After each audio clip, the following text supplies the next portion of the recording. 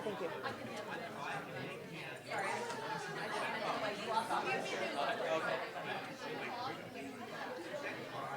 Yes, I would just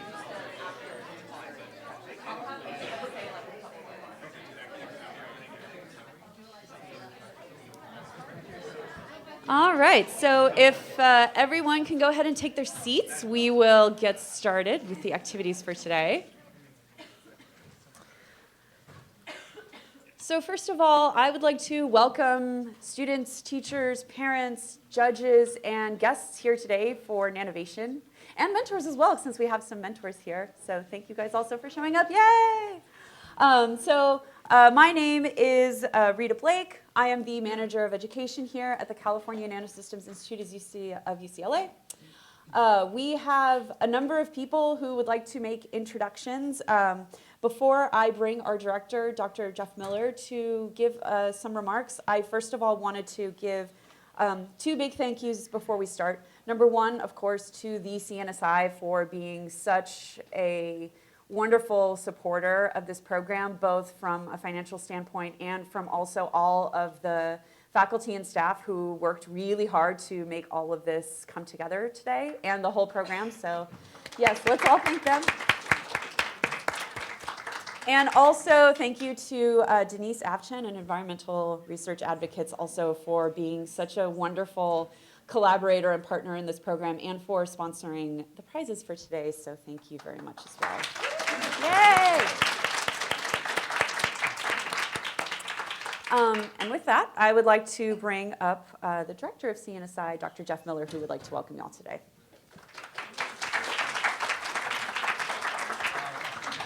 Thanks, Rita, and good morning, everyone. So I'm Jeff Miller, director of CNSI and a professor of microbiology, immunology, and molecular genetics here at UCLA Medical School. So this is our third annual Nanovation Competition, and I want to just start out by congratulating all of the participating teams for the excellent work you've done, and also good luck with your presentations. You certainly all look really nice, and so I'm sure the presentations will be equally as professional.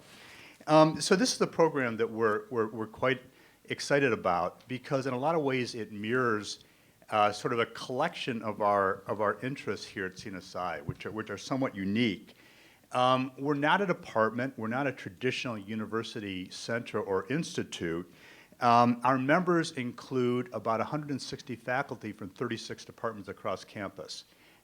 We have members that are physical scientists, life scientists, biomedical researchers, physician, scientists, researchers, engineers, et cetera.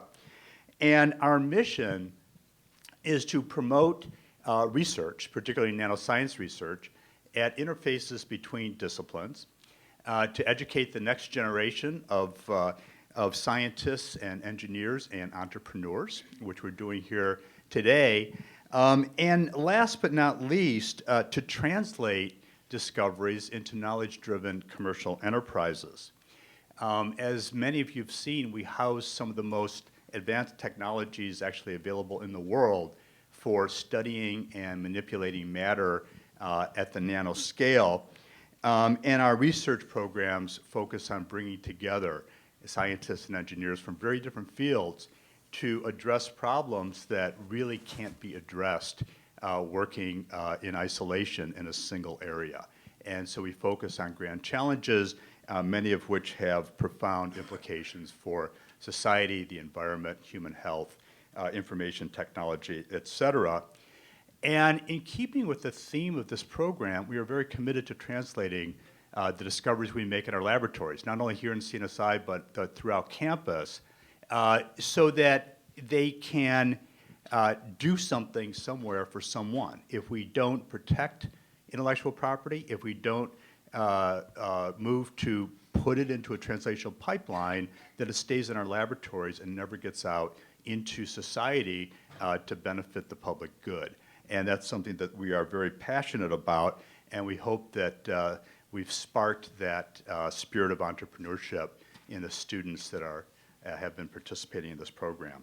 So in many ways, this competition mirrors our interest in basic research and its translation here at CNSI, and we hope you all benefited and enjoyed the program. So I want to end by thanking a whole lot of people that have made this possible. And I'll try to do this quickly, but first, and most of all, our Director of Education, Dr. Rita Blake. Rita does a superb job with this and many other programs, and they seem to be getting better and better every time we offer them. So thank you, Rita. Elaine Marita, Elaine, where are you? Are you here? She might be doing something. The students have all certainly met Elaine, Kevin Quinones, who is here, Nikki Lynn, and Jeremy Rondon, who are part of our amazing staff here at CNSI. I want to thank all of our judges, including Professor Sarah Tolbert, who's up in the first row here. Dr. Tolbert is professor in Department of Chemistry, and she's the faculty lead for all of our education programs, and actually really started the education programs here at CNSI many years ago. So, Sarah, thank you. We are blessed with an incredible executive director who also has an MBA and knows quite a bit about things like business plans, as well as how to finance an institution like this and how to administrate it. And this is Sonia Luna, who's also one of our judges in the front row. Thank you, Sonia. Next to her is Denise Avchen, who Rita has already thanked. I want to add my thanks, Denise, as well. Thank you for supporting this and so many of our education programs here at CNSI. And the prizes that some of you will win were donated by Denise and her husband Terry's nonprofit organization focused on environmental research. So thank you, Denise. Brian Benson is our CNSI Director for Entrepreneurship and Commercialization. Brian's also in charge of the incubator. We have some 18 or so companies that are incubating right here in the middle of campus with UCLA technology, and they are a vibrant and exciting group of companies, and we have great companies coming in to replace the ones that are moving on to bigger and better things. So thank you, Brian, for participating. And last but not least is Howard Coe, who is a principal at Morpheus Ventures. Howard is used to listening to pitches and seeing business plans, and we're looking forward to his help evaluating the work that you've all done. So thank you for being with us today, Howard. And I want to thank all of our graduate students and postdocs that have served as mentors for this program. Please just stand up if you're here. We should have at least a few, okay? There you go, okay, they're shy. Thank you for doing this. Mentoring is a critical part of being a scientist. And so hopefully this training has been interesting and impactful for all of you. And finally, I want to thank all of the participating teachers who have donated their time to their students and who have participated in this program as well. So thank you to the teachers in middle school and high school level. And with that, I wish you all luck, enjoy your day, and enjoy the presentations. Thank you.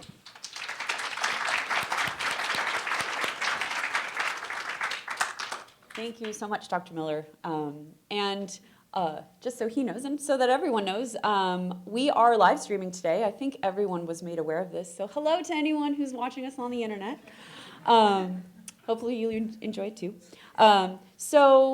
Before we go into all of the presentations, I also wanted to take a little bit of an extra moment to let the judges introduce themselves to everyone so you guys get to meet who will be evaluating your presentations.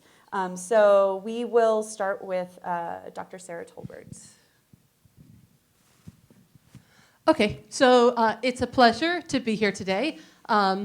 As you just heard, I am a professor in the Department of Chemistry and Biochemistry and in Material Science and Engineering here at UCLA, and I'm also the faculty director of this program. And it's an honor to get to be here and watch all your presentations. And I also just want to tell you that when I was in high school and middle school, I didn't get to do things like this because nobody thought about doing things like this. And so to be a part of this kind of opportunity, you guys are the ones who are going to go start companies while you're in college or maybe after you go on to grad school. But you're going to go and be the next entrepreneurs who are going to really change our environment, our economic landscape. And to be a part of helping you do that is a really special thing for us and for CNSI. I also just want to take a second to echo Jeff's comments of thanks to your mentors. I want to remind you that your graduate student and postdoc mentors have full-time jobs as researchers getting degrees in a wide range of science and technology fields. And they're taking time out on a purely voluntary basis to help all of you. And it is really those graduate student and postdoctoral volunteers that let our education program in general thrive because we don't have the money to pay everybody to do all the things that we do. But we want to do a whole lot of things. And the fact that these people are willing to say, hey, I know a bunch of science. I'll go help somebody learn a little bit of science based on what I know is really a great thing. And so I just urge all your groups, whether your mentor is here right now or not, say thank you to your mentor because they gave a lot of time to help you put this project together. And then finally, hopefully everybody else doesn't talk as long as me, but I just want to again thank Denise Avchin because it was her motivation that actually started this program 3 years ago. This was her big idea, and we said, I think we can pull that off.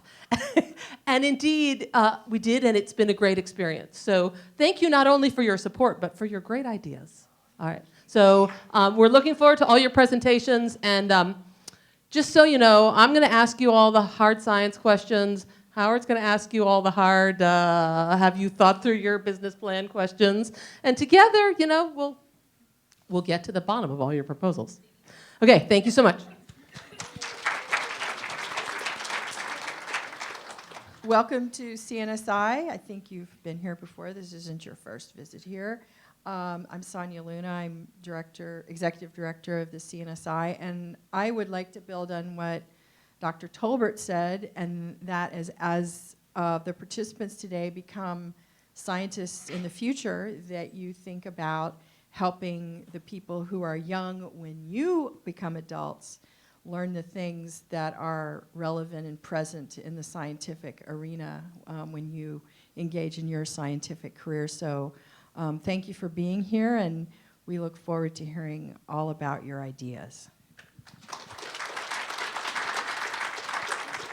Hi, I'm Denise Avchin, and I'm CEO of Environmental Research Advocates, ERA Science. And I'm really impressed that you guys are focused on this. And it's multi-leveled. So you're learning to present, that's something you're going to have to do the rest of your lives. You're going to have to face adults or people that you're intimidated by and make them understand what it is that you want them to get. And focus on how you're doing it and your strengths and the strengths of everyone else on your team. So I applaud you for taking the time and the motivation and your teachers for the impetus and the guidance to get you here. You've got a bright future. No matter what happens today, we know that this is a competition and somebody's going to win. Don't worry about it. You're here and you're doing something for your future. You're engaging. This is a win. Just being here is the win. The rest of it is icing on the cake. So thank you so much. I can't wait to hear what you guys are up to, and looking forward to hearing about you in the future. Bye-bye.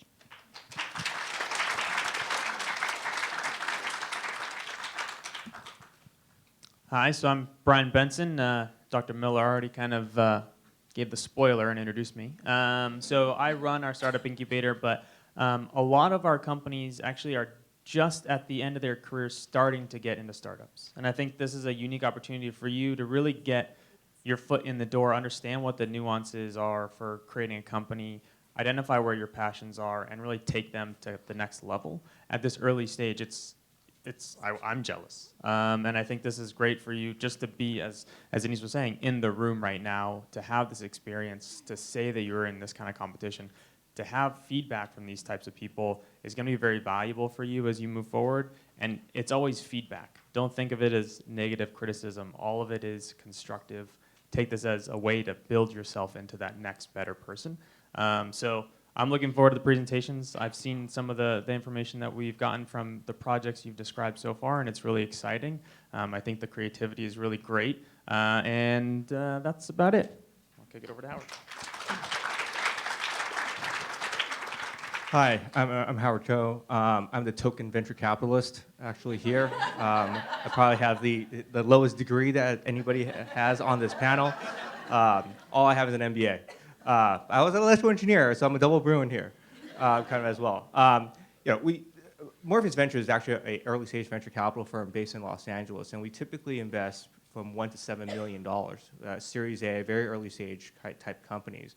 And we invest across from robotics to artificial intelligence to neural networks type of thing, and all the way to healthcare, insurance, and all that kind of consumer-oriented type stuff as well.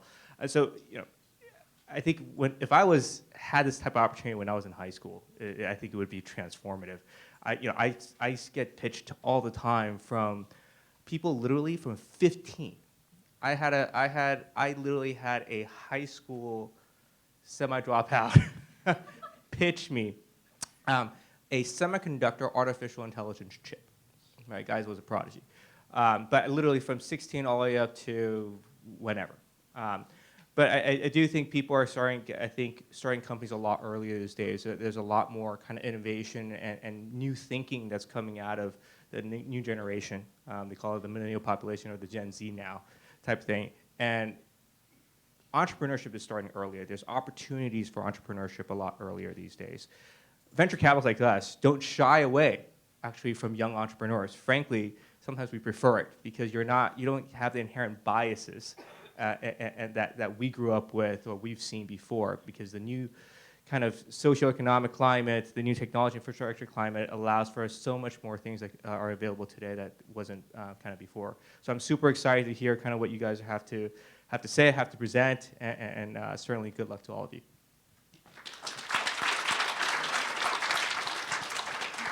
All right, thank you, judges. All right, so just to remind everyone what's at stake, not to make you too nervous beforehand, first place team will win $2,000 in classroom prizes. Second place team, $1,000. Third place team, $500.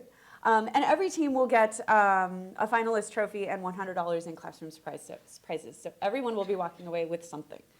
That being said, the way that you will get there is by pitching. So each team will have 5 minutes to present. I will be timing you, and I will be sitting right there, and I will have a 2-minute warning, a 1-minute warning, and a 30-second warning, so to help keep you guys kind of on track.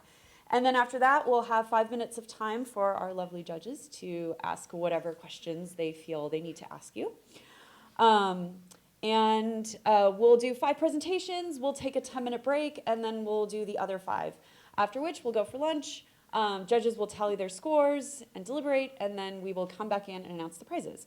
So, with all of that being said, let's bring up our first team, which is Valencia High School, with their ultra clear presentation. So come on up. And good luck to everyone.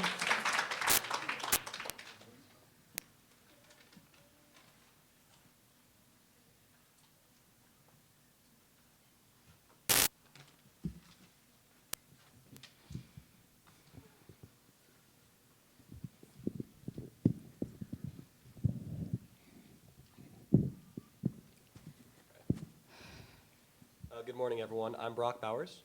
I'm Lauren Chen. I'm Isabel Goralski. And I'm Nick Laudermoser. We are proposing a water filter that implements a silica aerogel to remove microplastics from drinking water. The problem. So it's widely known that parents, especially millennial moms, go way over the top when it comes to buying products to ensure their children's safe development. The baby food and drink market is expected to exceed $80 billion by 2024. And parents spend all this money to perfect their kids' upbringing, but yet they're unknowingly leaving them susceptible to the ingestion of a potentially deadly contaminant, microplastics. So I'm sure many of us have heard about the whale found dead in the Philippines with 88 pounds of plastic in its stomach. But marine animals aren't the only victims of this dramatic increase of plastic waste. Microplastics are tiny plastic pieces, ranging from 10 nanometers to 5 millimeters, and they're everywhere. Microplastics can cross biological barriers and act as carriers for toxins, which are then released into our bodies. To make matters worse, a lab study showed that microplastics bioaccumulated in the livers, gut, and kidneys of mice that were fed microplastics and ultimately caused cancer in the areas that they were present. Now, get ready for this. These contaminants are found in 94% of all US tap water and 93% of all bottled water. We actually took these images of microplastics that we found in a sample of Arrowhead water using a scanning electron microscope. The average at-home water filter doesn't filter out these contaminants, and unless parents want their precious children at risk for these long-term effects leading up to cancer, microplastic consumption needs to be reduced. Our solution is a filter to remove microplastics, the ultra-clear microfilter, made of easily recyclable PET plastic that contains no BPAs, as shown here in its two forms, an at-home filter and a portable water bottle. So this is a cross-section of what our filter would look like, and the silica aerogel would be functionalized to be hydrophobic, meaning it repels water, by replacing its surface hydrophilic groups with hydrophobic groups.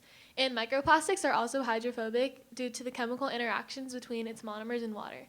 The silica aerogel would have a 100 nanometer pore size, giving it a high surface area to volume ratio and maximum contact with microplastics. As seen in this video, the blue magic sand attracts to the microplastics present in the water due to its similar hydrophobic properties as silica aerogels. Because of this, we implemented magic sand into a conventional water filter and tested several different water samples under the SEM, and this is what we saw from before versus after filtration. And as you can see, the filter almost completely removed all of the microplastics, leading to the assumption that our actual filter would work. So currently, reverse osmosis filters are used to remove microplastics from water. These cost around $600. Carbon block filters cost around $120 and are used to remove microplastics that are larger than 2,000 nanometers. LifeStraw sells filters for $19.95, which remove microplastics that are larger than 200 nanometers. So as all of those filters remove microplastics, only our filter and LifeStraw are portable. However, LifeStraw can only filter out a minimal amount of water at a time, as our filter can filter out about 60 ounces at a time. Also, compared to reverse osmosis and carbon block filters, our filter is relatively cheap. Also, like a traditional Brita filter, our filter would need to be replaced once every 2 months for the price of $16. We are asking for a total of $530,000 to fund the production of 10,000 units of our product. This chart shows how we plan on spending all of that money. Each unit would require $53 to make and would be sold for $68.99. After selling 10,000 units, a total profit of $159,900 would be accumulated. First, we're going to test different prototypes of our product. Then we will apply for NSF 53 certification, which typically takes up to 6 months. During this time, we will be designing the packaging for our product. After that, we will apply for a preliminary patent, and we will get the workspace, workers, and machinery needed to produce our product. To advertise our product, we will first create a website and then put ads on social media sites such as Instagram and Twitter. We will also contact celebrities and mommy influencers, as you could say, like Chrissy Teigen, who will be able to create buzz for our product. After the first year, we plan to sell 10,000 units, which will conclude in a profit of about $159,000. We will use this money to pay for our advertisement and labor costs. Within 2 years, we want to start selling on top baby registry sites such as Target and Amazon, and also in specialty stores such as Whole Foods. We also want to expand our audience to those who are in fitness and nutrition. Within 4 to 5 years, we want to expand into the international market and sell to areas that are in need of clean water. Over time, we expect the price of our aerogels to drop by 90% as new manufacturing techniques allow it to do this. So if you are a parent or a parent-to-be, you should buy our product, as your child deserves only the absolute best. Thank you.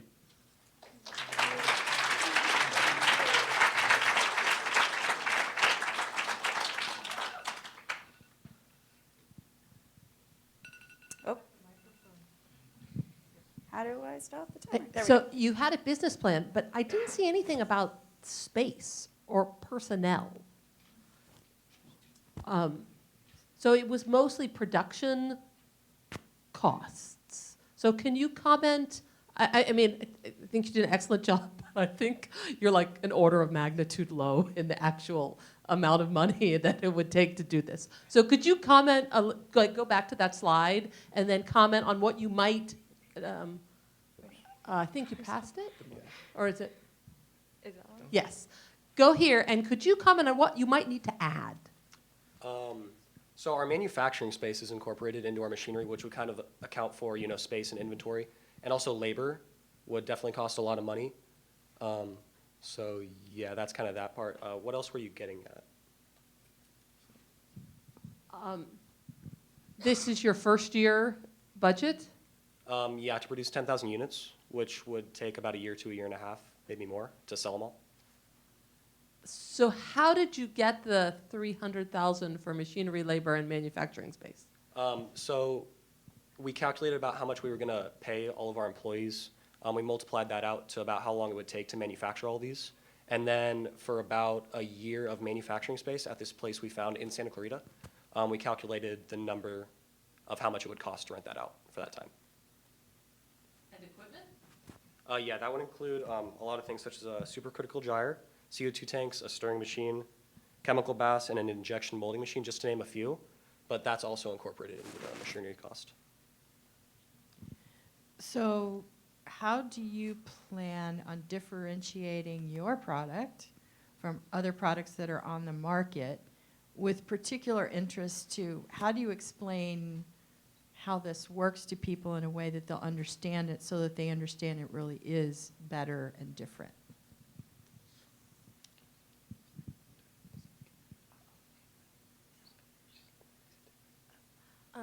Do you mean like how the silica aerogel works in the filter? Like how would we explain that to people? Why would I buy this instead of, oh, dare I say, a Brita filter?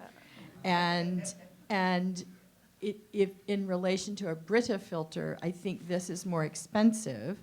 So you are dealing in a highly technical aspect to that a lot of people don't know about. I mean, people in this room know about nanotechnology, but most of our citizens don't. So how do you market with that challenge in mind?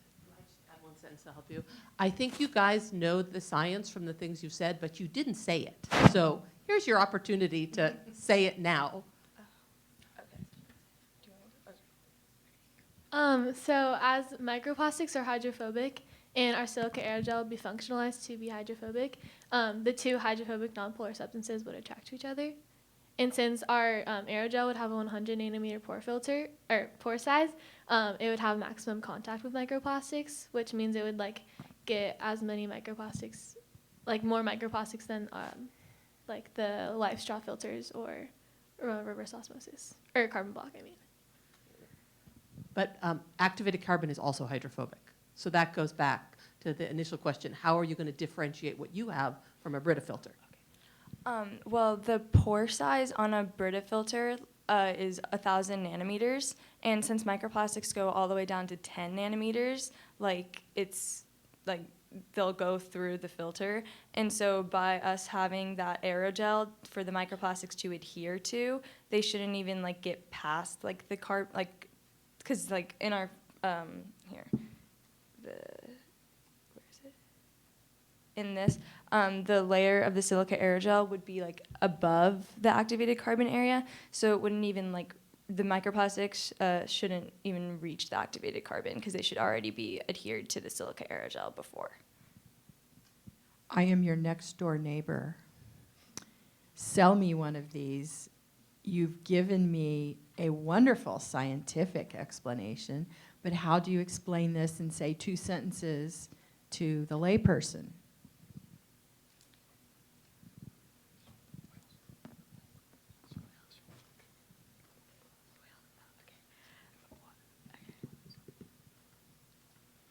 Okay. Well, I think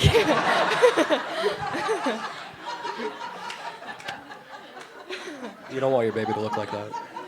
yeah, that's kind of our selling point. And also, we found statistics like there's already microplastics in your blood, so just kind of. Yeah, and in certain areas, there's microplastics in the air when you breathe it. So real quick, can you go back to your cost slide? That one. Go back. Okay. So is your initial kind of selling kind of idea to sell directly to consumers, or are you going to sell through like a Target, or you sell through like a Best Buy or something like that? To start out, we'd probably start selling to individual consumers, But as our product expands, we would definitely try and put it into the larger market. Like, So your packaging, shipping, and advertising, 9,000. Does that include shipping the product out to the person? yes. So if I do my math correctly, that's about 90 cents cost for packaging, shipping, and advertisement.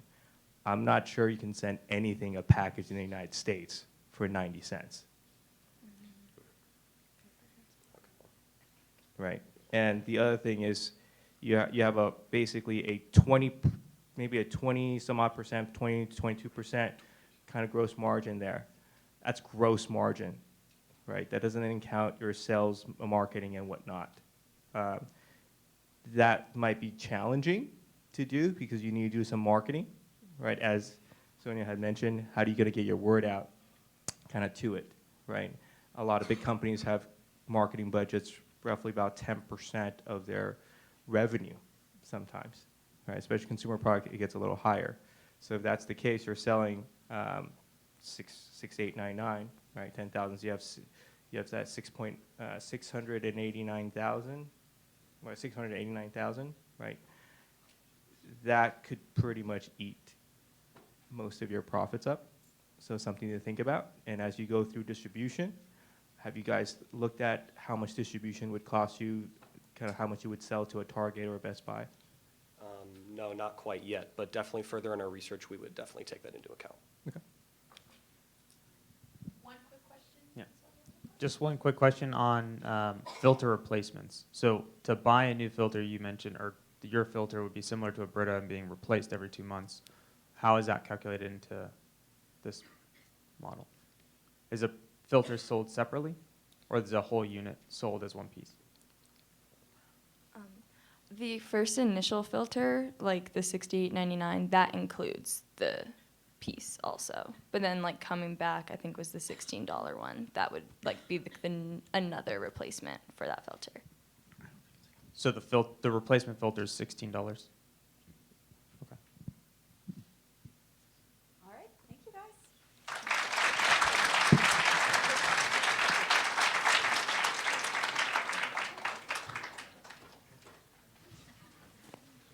It's never easy to go first, so good job. All right, so next team up is Fairmont Prep. So come on up. So, yeah. We need a minute. Yes, while they are setting up, you will have your minute to, yes.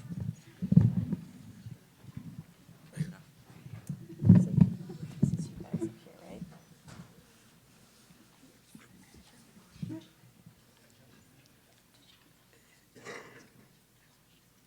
So we'll give the judges a minute to write down their stuff, and then we'll go.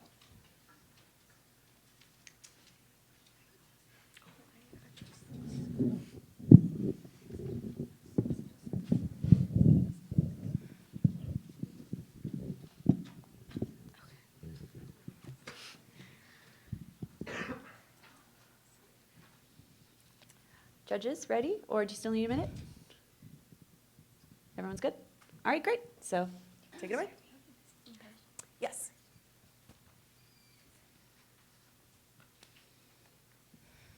I have been asked by this team to give these to you.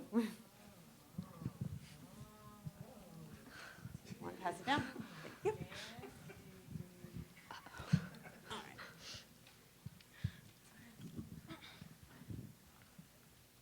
So whenever you guys are ready, go ahead. Okay.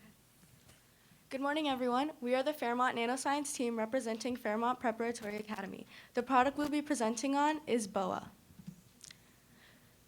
The meat production industry is an industry with a value over $1 trillion, producing around 100 billion pounds of meat every year. However, much of this meat is actually spoiled and thrown away. Specifically, 40% of all food is lost, and a majority of this is in the meat industry. The main reason for all this wastage comes from spoilage during transportation, and this costs the industry around $218 billion annually. Currently, there are no products in the market to solve this issue, but we have a solution. Our solution, BOA, is a cellulose-based wrap bonded with silver nanoparticles. The nanoparticles act as an antibacterial agent which prevents food spoilage during transport. Currently, there's no product on the market like BOA, meaning that the market is entirely ours. However, we do plan on collaborating with 2 research centers, Nanotechnology University in Lithuania and Baba Atomic Research Center in India, because they're working on similar products as us. There are 2 features that will make BOA successful. It is effective and it is safe. Upon entering the bacterial cell, silver ions go about and selectively kill bacteria in 3 ways. First, it interferes with the cell's metabolism, which prevents it from producing energy. Second, it alters the structure of the cell's DNA, which stops cell replication and interferes with other critical processes of the cell. Third, it facilitates the production of reactive compounds, which induces stress upon the cell. These 3 reasons are why nanoparticles are so effective at killing bacteria and why they are used in a wide variety of industrial and medical applications. BOA will help expand the use of nanoparticles to the food industry as well. When there's a new technology in consumer products like silver nanoparticles, the questions about its safety may arise. However, meat wrapped with BOA is completely safe to eat. This is because there's a strong chemical bond between the cellulose and the nanoparticles, which means the nanoparticles will adhere to the wrap and not stick to the meat. There are 5 steps that BOA must go through from start to finish. In the first step, we will test and verify the science behind our product to test its feasibility, as well as create a prototype. We will create small quantities of our wrap, bonding them with silver nanoparticles. We expect this to take about 6 months. The second step is to develop BOA. We will continue testing BOA's effect on meat, begin small-scale manufacturing, and get FDA approval. Testing the manufacturing process should take around 3 months, and getting FDA approval as well as getting all data needed to test will take about 4 months. Our third step is to take BOA to the market. We plan on marketing to meat producers as well as meat transport companies who would both benefit from using BOA. Our fourth step is to begin large-scale manufacturing and expanding our workplace. We also plan on hiring more chemists and developing a long-term manufacturing contract to produce industrial quantities of BOA. Finally, we will expand the product beyond the meat industry into other consumer applications. We will begin selling in the US and then expand globally. Ryan will now go over the costs of BOA. To execute our business plan, $1.3 million in funding is needed. Our manufacturing process is separated into 2 different phases. Phase 1 is testing the product feasibility and prototyping. This 20-month process will require $550,000 in funding to hire scientists and rent lab space. Upon receiving FDA approval, we will enter Phase 2, which is mass production. $750,000 will be needed to conduct further testing and marketing. To ensure that our product can enter the market without any delay, we have also included contingency in case if any problem arises. In conclusion, we believe that BOA will be a successful enterprise for 3 reasons. First, BOA is a unique solution for a massive unmet need within the meat transportation industry, which has a global value of over $150 billion. Despite technological advances in all other parts of the food distribution process, BOA is the first product that addresses the issue of food spoilage during transportation. Second, BOA is a highly attractive product to meat companies who currently lose 40% of their meat and write off $218 billion in profit each year. These companies can incentivize their partners to use BOA when transporting meat, because even when considering the cost of BOA, their profits will greatly increase. Third, we have a knowledgeable and driven management and development team who is committed to the success of BOA. We also have potential opportunities for collaboration with innovation centers developing similar nanosilver-based products. With your funding, we can make this revolution in the food transportation industry, a reality. Thank you for your time.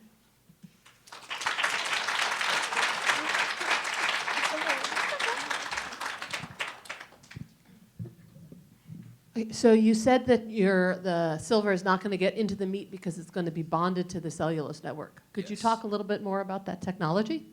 Okay, so currently there's a covalent bond between the cellulose and the nanoparticles. And then the nanoparticles will go through a chemical reaction with oxygen in the air, which produces these silver ions, which then will go into the bacteria and perform the 3 tasks. What is the nature of the covalent bond between the nanoparticles and the cellulose? Can you please reword your question? You said there's a covalent bond between the nanoparticles and the cellulose. Mm-hmm. Could you tell me more about the nature of that bonding? We read this article about like the bonding, but I only really picked up that there's a covalent bond. I didn't really get any more. Okay. I had one more, but I can't remember what it is now. No, somebody else asked while I remember. Can you go to your last slide? That'll work. So I have two questions. They are marketing related. Why did you name your company BOA? I think I know, but tell me why you named it BOA. So we all know the snake, the boa constrictor, which wraps to kill, and that's kind of what we were going for with this product, how it wraps to kill bacteria. Very good. That's what I thought. So I'm just looking at your corporate logo there in the middle. That looks rather cobra-like. Just pointing it out. Just a thought. So have you looked into the supply chain of how food is moved around the country and around the world? And so you know which places will do the food, and how did you come to the estimation of how much spoilage there is? We actually the spoilage we got from articles and other sources. We didn't calculate ourselves. We got them from various readings.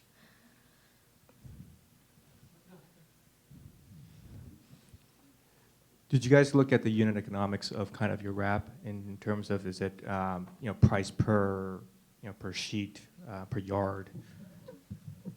Yes. So right now it takes about 15 cents to make 15 cents to make a square meter of our product, but we're planning on selling it for 75 cents per square meter. And to make it easier to picture, it takes $2 to wrap an entire cow carcasses. And how does that compare to the current cost? Right now, there's no product in the market that can, like. How much is like regular wrap? How much would regular wrap? How much would it cost to regularly wrap, but however they're shipping currently? Well, currently meat is just being transported in refrigerated trucks. They're not actually being wrapped right now, so our product would be an additional cost. But however, one meat carcass, when it's spoiled, it can cost a company hundreds of dollars, but our company only, our product is only $3 more compared to the cost of about a couple $100s, which is a great benefit to the company.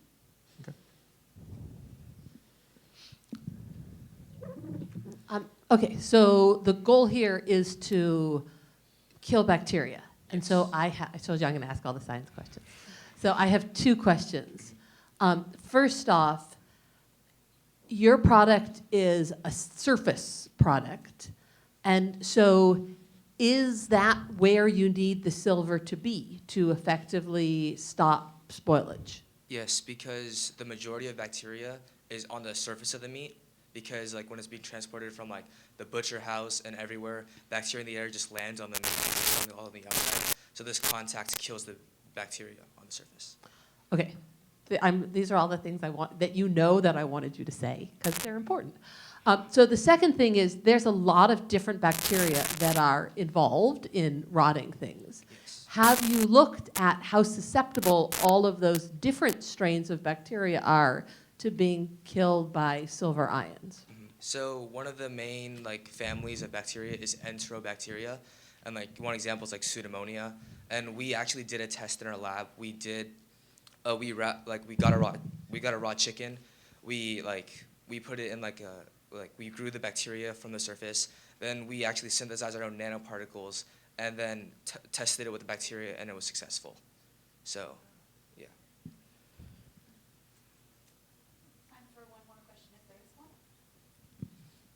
Regarding the wrapping process, when would that take place in the overall meat shipping? Okay, so I believe the question was when we would wrap the Correct. meat, right? Okay, so right now we're basically, it's from the farm to like the processing plant. That's the area that we're covering. So basically the meat, as soon as you cut it, we're gonna wrap it and then we're gonna put it into the truck, the refrigeration truck. Because refrigeration only slows the bacterial growth, but our wrap kills it, which gives us a longer shelf life. Thank you, guys.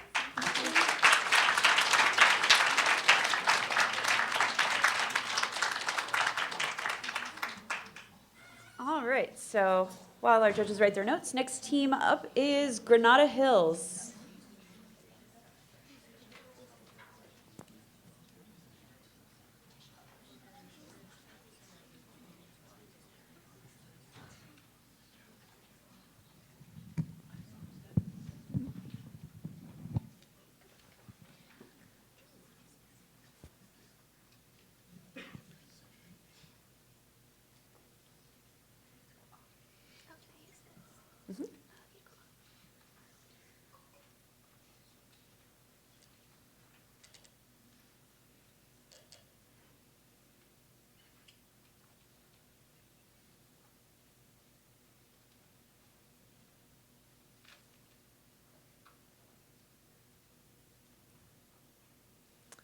Judges, are you ready? 30 more seconds. Okay.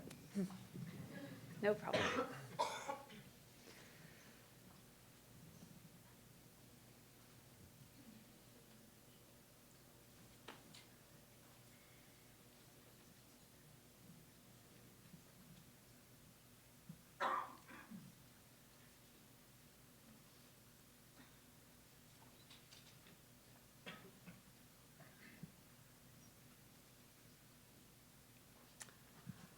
All right, are we ready? Okay, great. Take it away. What does this look like to you? To me, it looks like innovation. Imagine if Ada Lovelace hadn't learned about algorithms. Imagine if Benjamin Franklin hadn't learned how to fly a kite.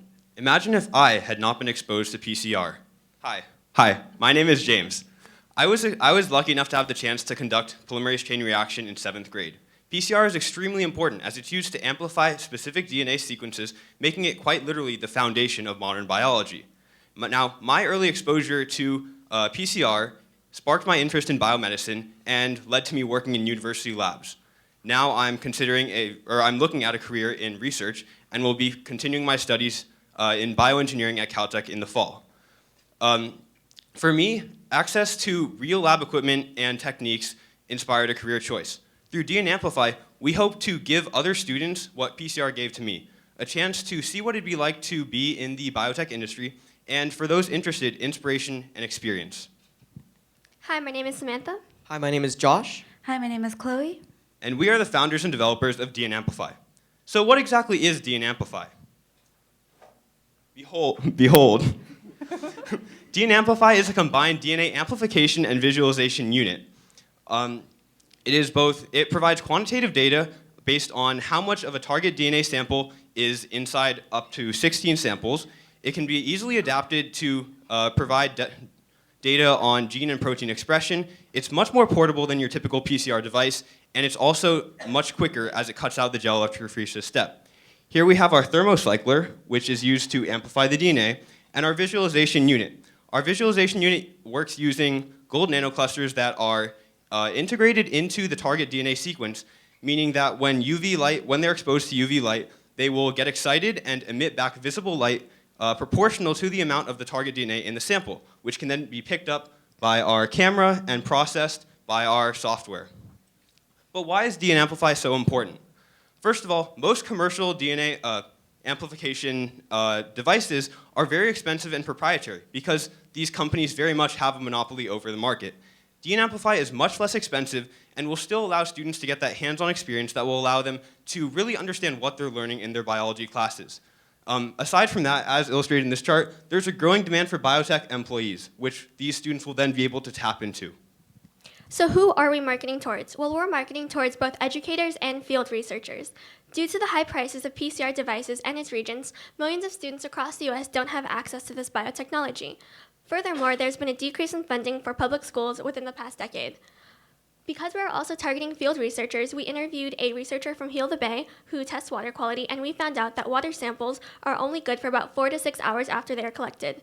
Due to the nature of these samples, these researchers need a device that can analyze the samples quickly and in a portable and accurate manner. We also conducted a survey within the LUSD boundary for educators, and we found that about 90% of educators don't have access to a device that can perform PCR, even though it would benefit their students in their curriculum. There are two main competitors in the market for portable PCR machines, Mini One and Mini PCR. Both of these companies sell their thermocyclers for at least $800, and this price only grows with the need for an additional gel electrophoresis machine. However, with the incorporation of gold nanotechnology, we are not only able to decrease the price for visualization, we are also able to take away from the cost of reagents as well. That means we are able to take from the $1,200 and subtract $400 to get $800 for an all-inclusive educational kit. So how much is all of this going to cost? Well, our mission statement was to produce an affordable form of PCR. Therefore, we wanted to keep our production costs as low as possible. But even then, our sale prices are marked up in such a fashion that they allow our profit margins to be as high as possible to allow the company to thrive and grow in our target market. So we've been doing a lot of informational analytics, so let's actually do some more prototype showing. So as you can see here, we have our alpha prototype. The alpha prototype is in the process of being completed, and this is expected to take approximately 1 more month. Then we will enter our alpha testing stage. As this is a scientific piece of equipment, we must test our thermocycler's DNA amplifying capabilities. Then we will also create our calibration curve that is essential for transforming the gold nanocluster luminescence information into data regarding the amount of DNA present in the sample. Then in 4 months, we will undergo our beta prototyping where we will integrate custom components. Then in 7 months, we will have our preliminary market launch where we will get feedback on our usability, accuracy, and overall simplicity. Then in 12 months, we will go public on our own e-commerce website that can accommodate for online sales. On behalf of the DNA Amplify team and I, thank you. We are now open for questions.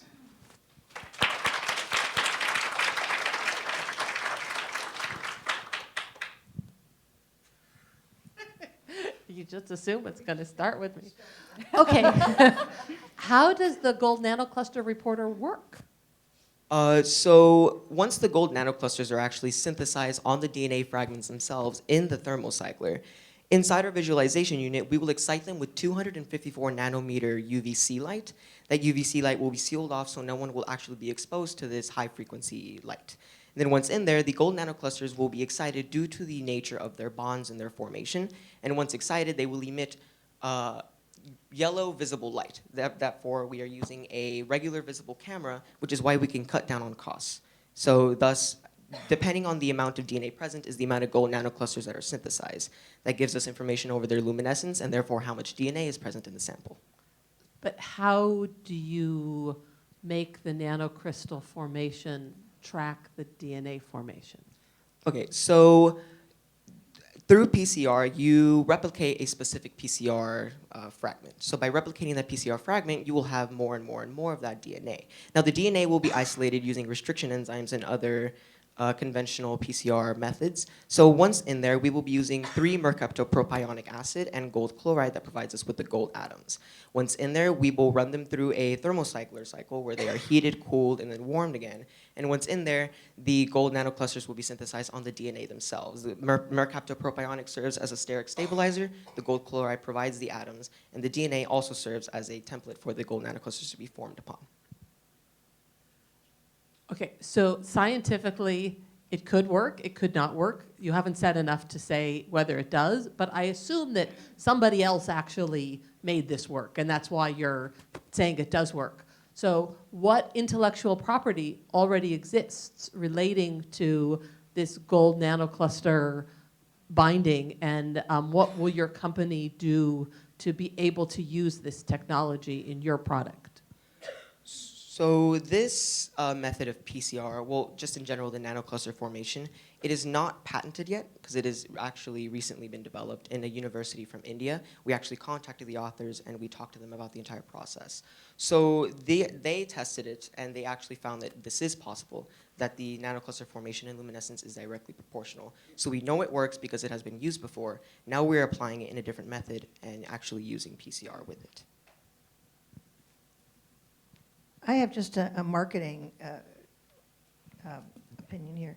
When you started out, we didn't know what your product was for quite a while. There was an image up, and we didn't know what was going on. I think if you pitch this to somebody like Howard, you're going to want to get your product out immediately so that people know what you're going for. And then this seems like a lot of steps. So would you be interested at any point of licensing your technology out? And At one point, we did want to do this, and we do want to, but we also have this open source code that we provide when you buy this device that allows anyone who buys it to use it and their software. Another thing is it is 3D printed, so it is inexpensive, and we do want to be able to distribute it and manufacture it and give it out to schools to be openly distributed. So yes, we are looking towards actually making it our own intellectual property as a part of the companies. Can you go back to your cost slide? So one, profit margin, you can never have over 100% profit margin. Usually the other way around. So your sales price 800 minus your 355, your margin is 445, right? So 445 divided by 800, that's your profit margin. That said, have you looked at the size of your market?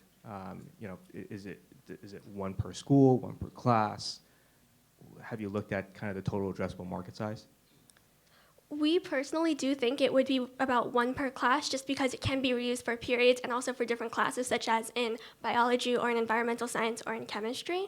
Another thing is that there are millions of schools and there's also millions of students that don't have access to this device, and making it at a lower price point and a lower cost point would allow more schools to have access to it. Another market that we're marketing towards is researchers, and because the current method that they're using is something called MPN, which is called most probable number, and it on its own isn't as accurate, and it's also a fairly complicated process for these researchers to use. So having our device in the market would allow them a new method of testing water quality that is fast and accurate. Have you quantified the number of potential users? Because you're not putting this in elementary schools, presumably. So based on government data from the Department of Education, there are about 24,000 public high schools in the US. Obviously, there are more internationally. And so, yes, by lowering the price, we hope that we will be able to sell to a lot more of these high schools than, I mean, most high schools just don't have any sort of PCR device at all at the moment. So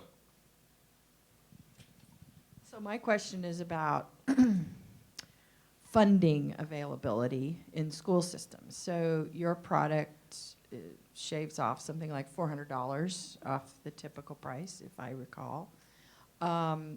But does that, even that large of a reduction in the price to the end consumer, the end buyer, is that enough?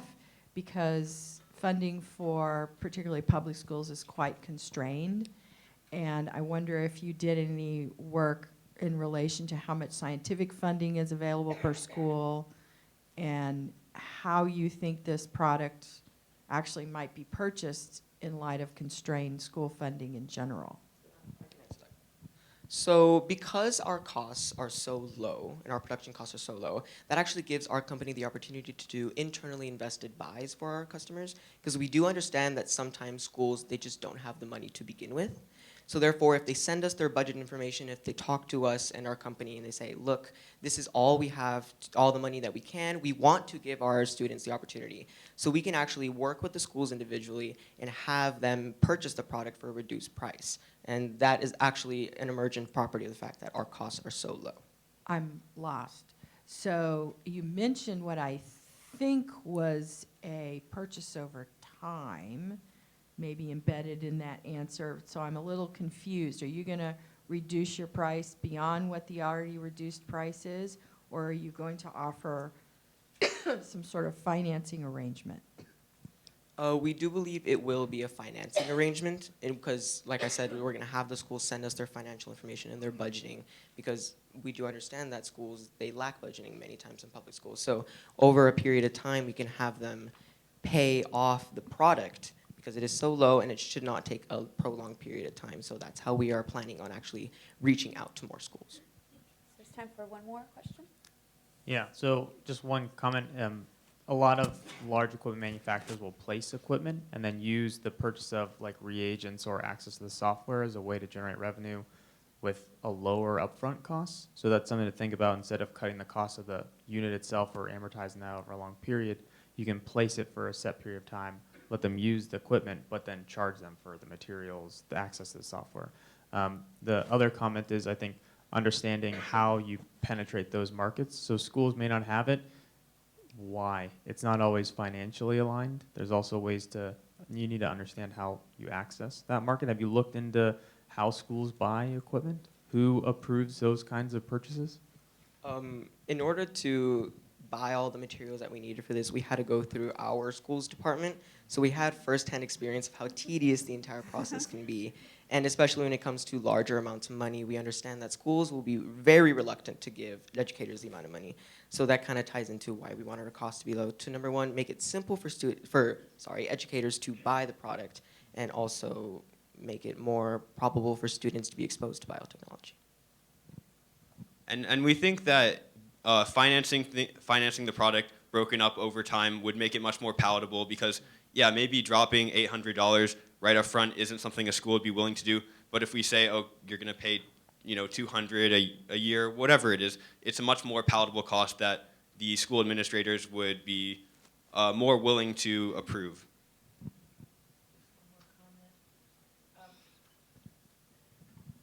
I may have led you into a trap.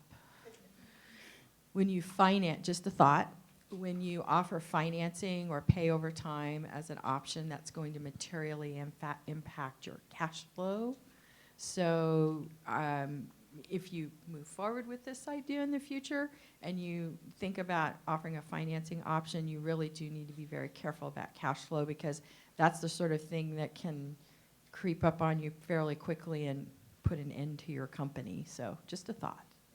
Thank you. Good job, guys. Thank you. All right. Next group is Ochi High.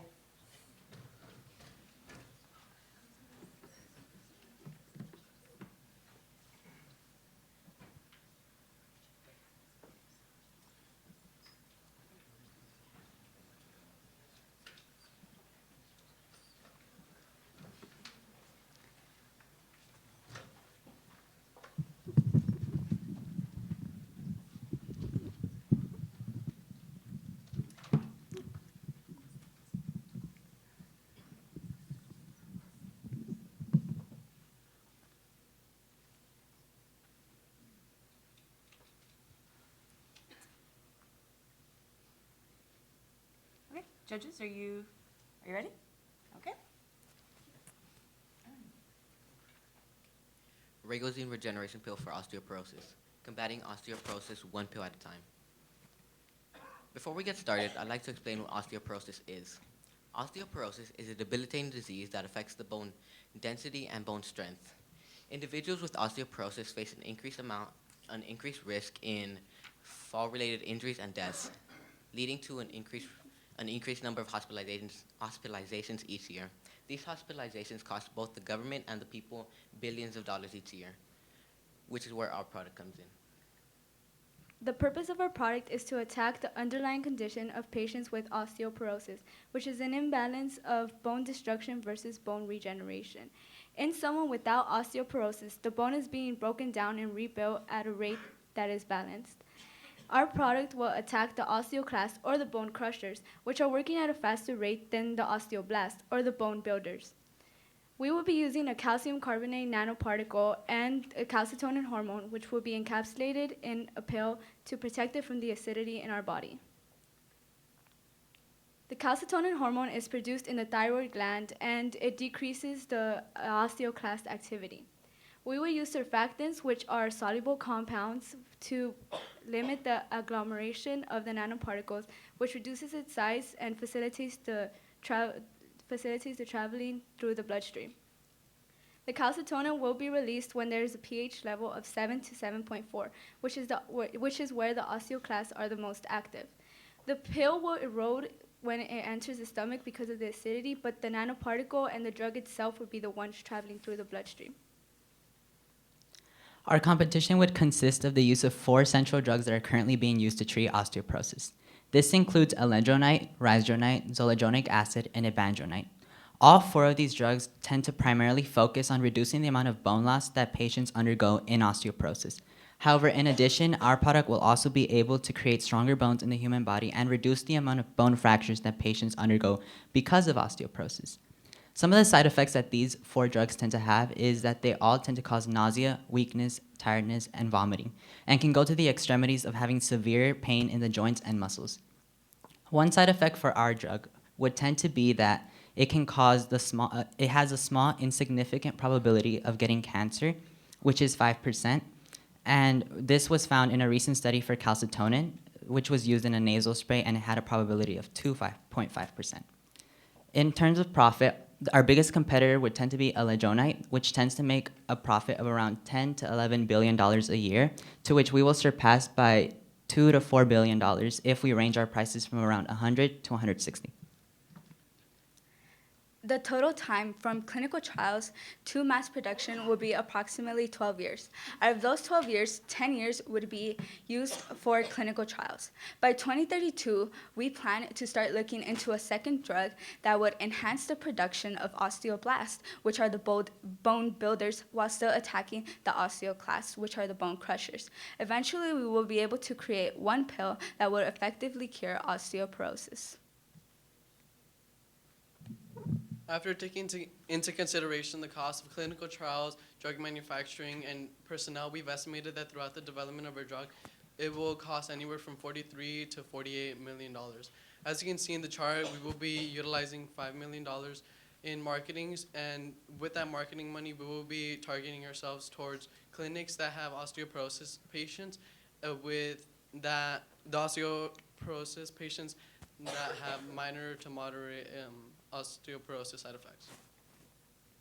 While looking into funding opportunities, we saw that many companies or government organizations such as NIH provide a vast amount of money going from $2 million while still leaving an open window to get additional awards throughout the development of our drug. So if we were to face new prices that were to come, we can still get awards that will provide us with a minimum of $100,000 each. Thank you.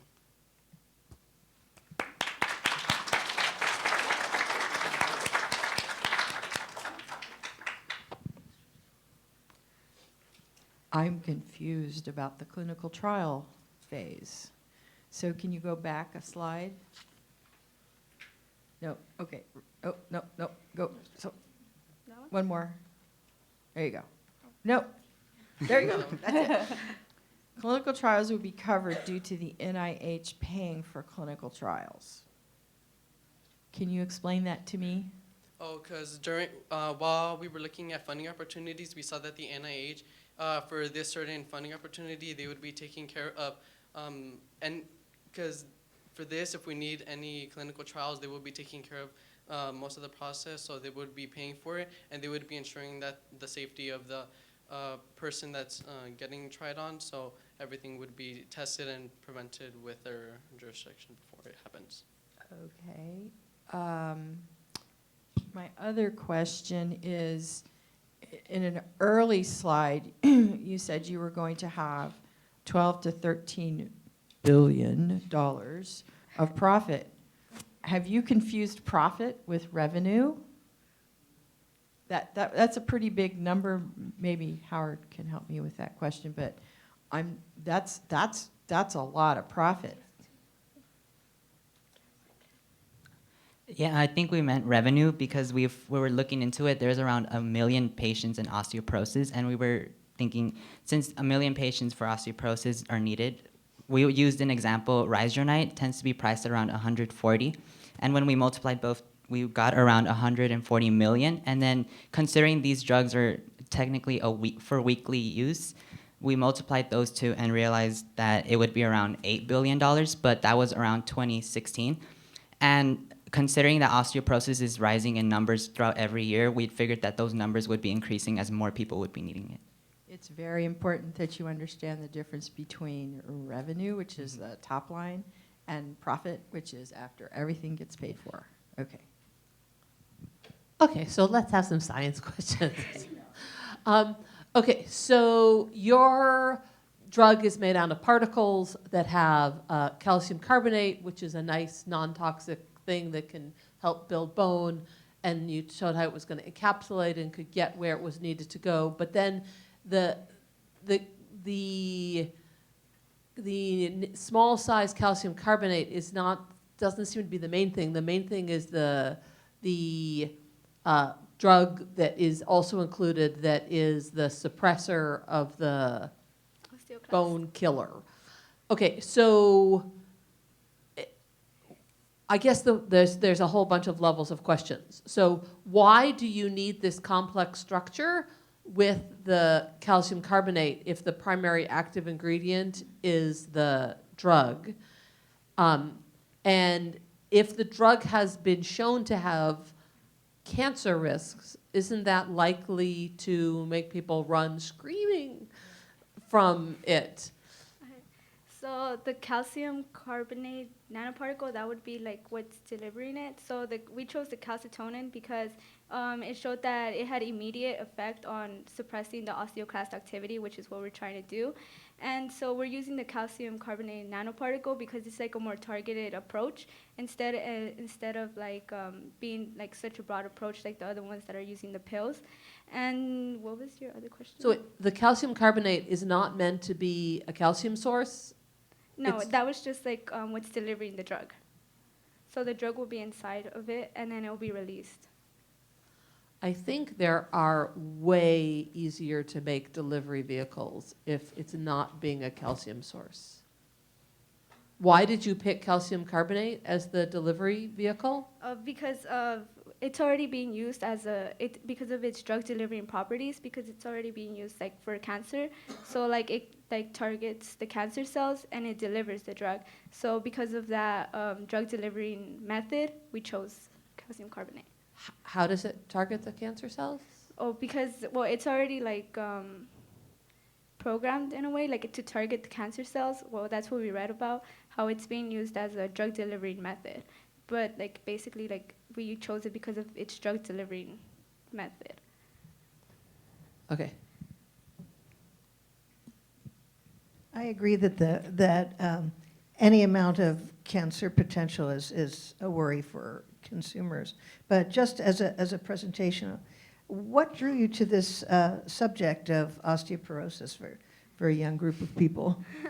Okay, so it's because when we were we were thinking about what we were gonna do, we were just brainstorming, and then Marvin, we were talking about like osteoclast and osteoblast because of I have anatomy, and so he came up and he was like, couldn't this potentially cure osteoporosis? And we were like, oh wow, that's cool. So then we were like, let's look into it.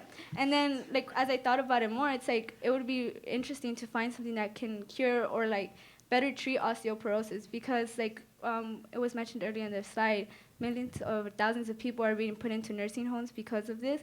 And I was like, well, when I grow older, I'm gonna be old, and what if I have this disease? And I was like, well, do I want my kids to put me in a nursing home because they know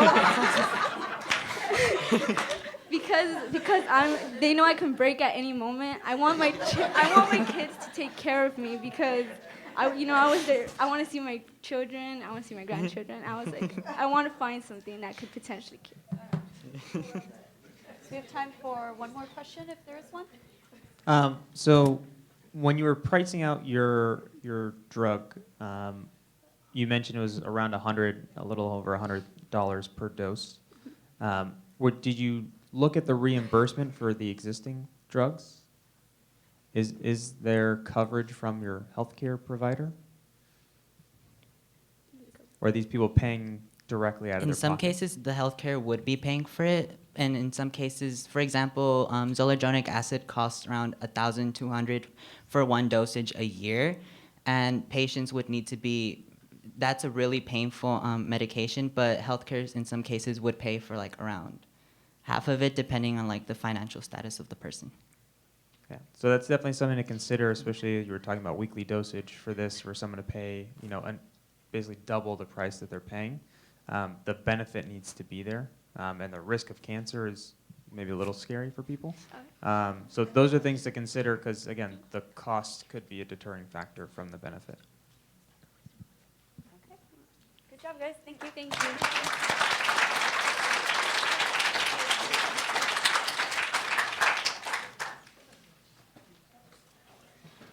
All right, last group before the break is Lincoln Middle School.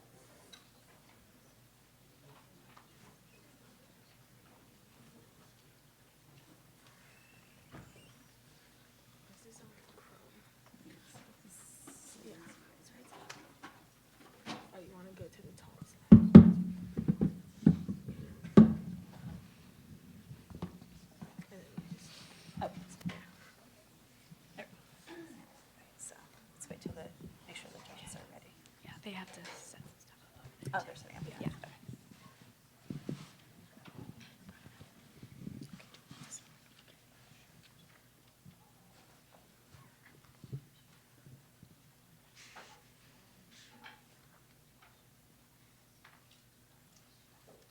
Hello, everyone. Wait, sorry, just one Oh, second. sorry. Just want to make sure. Just want to check beforehand that the judges are all ready because they might still be writing some notes down. Everyone good? Okay. Sorry. Now go ahead. Hello, everyone. My name is Robin Iswaktole. I'm Sophie Christmas. I'm Ria Katad. I'm Shania Gassemi. And I'm Theo Tobel. Using Nanoscience, we have created Nano Protector, a revolutionary multi-layered helmet containing specific materials that are designed to decrease the chance of a concussion in football. Welcome to the future of football. Over the past few decades, football players have experienced extreme head-to-head contact, resulting in paralysis, chronic traumatic encephalopathy, depression, Alzheimer's, and dementia. Many parents even force their children to discontinue the sport altogether, and even professional players decide to opt out. For example, Chris Borland, a star rookie, rejected a multi-million-dollar contract because he recognized that such a sport with such limited technology was going to cause a concussion. Furthermore, to prove that the technology behind football is ineffective, Boston University and the U.S. Department of Veteran Affairs tested the brains of 91 deceased NFL players, and 87 of them, or 96%, tested positive for CTE. This indicates this isn't just a problem with a few players, but one that nearly affects all. Our solution is to create a helmet with the non-Newtonian polymer, sorbothane. Nano Protector takes a traditional football helmet and replaces the foam, polyurethane, with sorbothane, which absorbs 34.7% more shock and vibration. As a matter of fact, sorbothane was used to protect the Liberty Bell during transportation, minimize vibration during the Air Force Memorial, and protect sensitive cameras on NASA space shuttles. As a non-Newtonian polymer, sorbothane has the ability to become extremely dense and strong when encountered by another force. This could save a player from physical pain because the sorbothane would absorb the force of an opposing player much better than other foams, such as polyurethane or vinyl. Along with sorbothane, part of our solution is to surround or sandwich it with 3D printed boron nitride, a compound made of boron and nitrogen. 3D printing the boron nitride would actually be the cheapest way of incorporating it into our helmet. This compound has sp2 hybridization, and its structure is very similar to that of carbon lattice, which also assists the shock absorbance as it is a flexible and sturdy material. Along with the shock absorbance, boron nitride is used in many cosmetics, making it harmless and non-toxic. To prove that our helmet can stand the force of a professional football player running at full speed, we dropped our helmet and a Riddell football helmet, our competitors, off the second story of our school's building, which is 15 feet high. We made a sphere of plaster that represents the skull and a plastic bag filled with jello using this mold that represents the brain. Our results were that the Riddell helmet ended up having 3 full tears. In reality, this would most likely translate to a concussion or even internal bleeding. However, our helmet survived the fall, suffering only 1/2 tear. This shows that the sorbothane 40 durometers is a much better fit for football helmets than the polyurethane.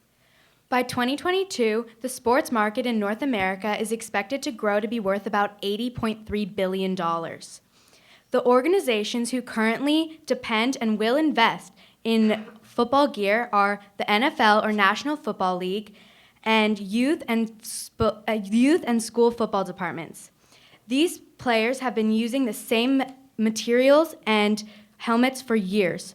Our idea merges existing materials with standard football helmets, creating a safer and much more comfortable product.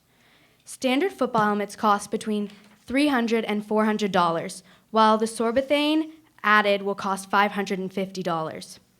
Although it will cost more, parents and players will spend less on other expenses such as medical bills and physical and mental therapy.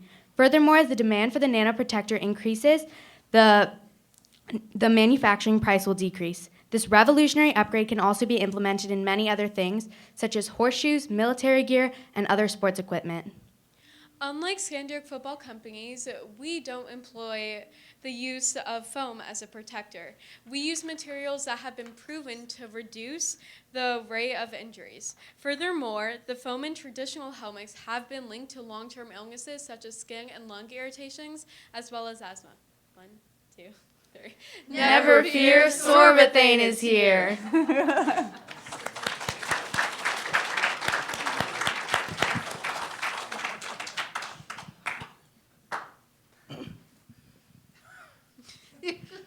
Assuming I'm going to start. Okay, so I do have some science questions. So in terms of impact, what you want to do is reduce the peak shock intensity, mostly by spreading out the shock.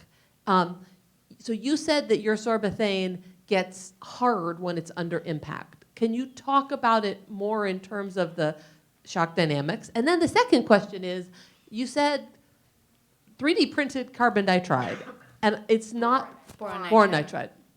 Yeah, okay, they're similar, but boron nitride. So what is it doing, and how is it made? And most of those SP2 things have to be made hot. So is that compatible with your foam? So I'm not sure I understand the science of your helmet. So,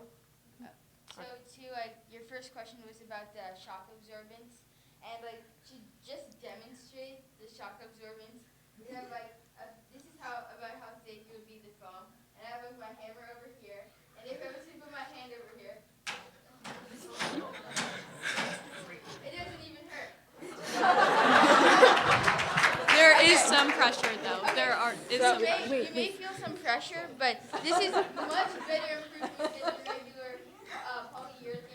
the regular polyurethane. This is the regular what they use in a normal football helmet. I'm not going to trust my hand under that. And to measure the hardness and the firmness of the Sorbothane itself, we use the impulse formula, which is Ft equals mv. Since we had 3 of those variables, we isolated force, which is newtons, and we actually measured, Sorbothane is measured in durometers, which is how deep it can go actually in the Sorbothane and how much the force can be spread out. And we got it to be about 390 newtons, which actually equals about 40 durometers. And we use that Sorbothane, and that Sorbothane it can absorb a lot of shock, and it's much better than foam and other. Yeah. And about the boron nitride, you said also, when you said about it would be compatible with our other pieces of foam, with the Sorbothane, because this is just going to be, it's not like a thick, it's just a small film, so it's just sandwiching this Sorbothane, and so then it will make it more protective, and it's kind of you could say, the felt inside the football helmet, which makes it, yeah. Does it need high temperature to be formed? At first it would, I think, but I have further research on that. I don't have further research right now, but I think so. Okay, but so just one more question about the shock. So in general, for energy dissipation, you said it gets hard when it gets shocked, but in general, for energy dissipation, you want something that actually, gets soft and deforms a whole lot and uses up the energy. So can you say something about how it uses up the energy? So the boron nitride is mainly there because the boron nitride is a flexible material, and so the shock can be spread out using the boron nitride, and then once it hits the Sorbothane, the Sorbothane is what stops the shock completely, so that it doesn't hit. It stops the shock before it reaches your skull. Yeah. Which we'll get to. This energy is going to be turned into turns into heat instead, but it's not going to turn into a high temperature heat where it's going to harm the player, but just maybe a low temperature heat. As you can see in this video also, in the Riddell helmet, when it's dropped off the ground, the helmet will bounce up, and it doesn't absorb any of the shock. It will bounce, and actually a piece off of it breaks. You can see that kid running by. And then in our helmet, when it drops, you can see it being absorbed, and it doesn't bounce up, but instead the shock is absorbed all throughout the ground and in the helmet. I think the motivation for this project is really terrific, and I applaud you for that. My question is about sorbethane itself, and I might look to Howard to help me or Sarah to help me. So sorbethane already exists. Is that correct? That is correct. Yes. Okay. So what is unique about your product? What makes our product more unique than others is we're putting the boron nitrate is sandwiching the two layers, and this kind of sorbethane it's being used in football helmets, and it's not other times it's not being used in football helmets, but I'm sure Thea has something to say about that. All right, let me ask it a different way.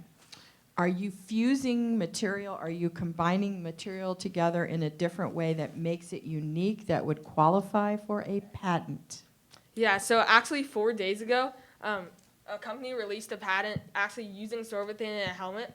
But what they did, Non-Newtonian fluid. yeah, they were using non-Newtonian fluids. But what we did is we used boron nitride, which is such a crucial component because sorbethane itself is amazing and it absorbs so much shock, but the boron nitride around it just will solidify and keep the shock there and absorb it through the rest of the helmet. Also, the boron nitride is added because the sorbethane is dense and the shock is not going to be spread around, and so the boron nitride really helps with that component.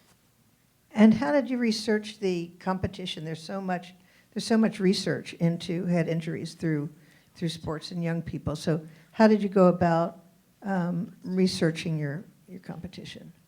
Well, first, I sort of took the head on it because it was sometimes in my paragraph, but I was helped a lot by them. I looked up a bunch of different articles. I think it was American Sports Society or something like that. They had studies showing about what Robin has said where it was CT.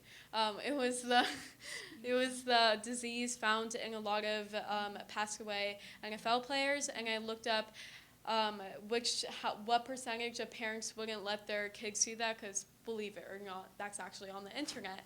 And I also researched different diseases that were found and how common the injuries were. And then for the other stuff, Robingus can explain. And compared to 87 out of 91 NFL players got a CTE. That's using the foam that's already currently used in the NFL. This foam. Yeah, but with our foam it would be totally different. It would be much less because as you can see over there, we had 3 tears, which really translate into a concussion. But ours only had 1 tear, which would make a less minor injury or possibly no injury. And football, when you think of a sport, it's supposed to be fun. It's a hobby. But we don't want to take that away because it's so dangerous. We want it to be the hobby is supposed to be all along, and we want kids and adults playing it. Seems like there's still a few more questions, but maybe let's do 2 more. Sure. That's okay. Real quick question. How much does it cost to make? So the mass production would be much less affordable. Would be more affordable, but right now using $500.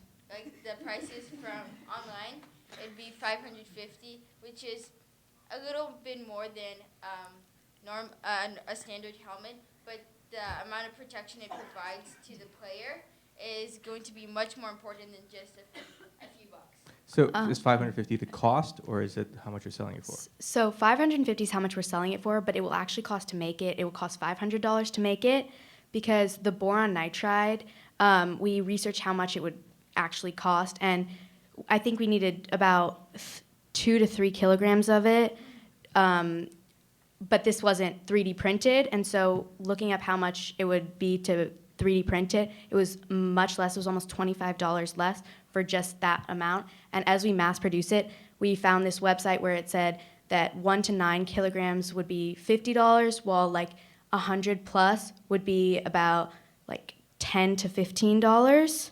And so that so mass producing it would make it a lot. Did you just say that you're going to sell it for $550 and it's costing you $500 to produce? But that's just for one helmet. Yes. That's your margin, right? That's your unit Yeah. economics margin. That's an awfully low gross margin. Yes, but many institutions and football companies in the NFL are willing to fund such a promising product because it's helping their players. So we could get that price to go much lower than it currently is right now. I think you should probably maybe focus on raising the price if it's that valuable to them, especially for NFL teams. So maybe sell it for $1,000, $2,000, versus and costing you $500 is fine. They're worth billions, so you can ask for a little more. And I also think the price should also be higher because football helmets now, they break a lot. Even during games, players have to use multiple football helmets per game, and our helmet would hopefully, they wouldn't have to replace it as much, so it'd be replacing a lot of helmets in just one helmet. So one more quick question if there is one? No? Okay. Well then, thank you guys very much.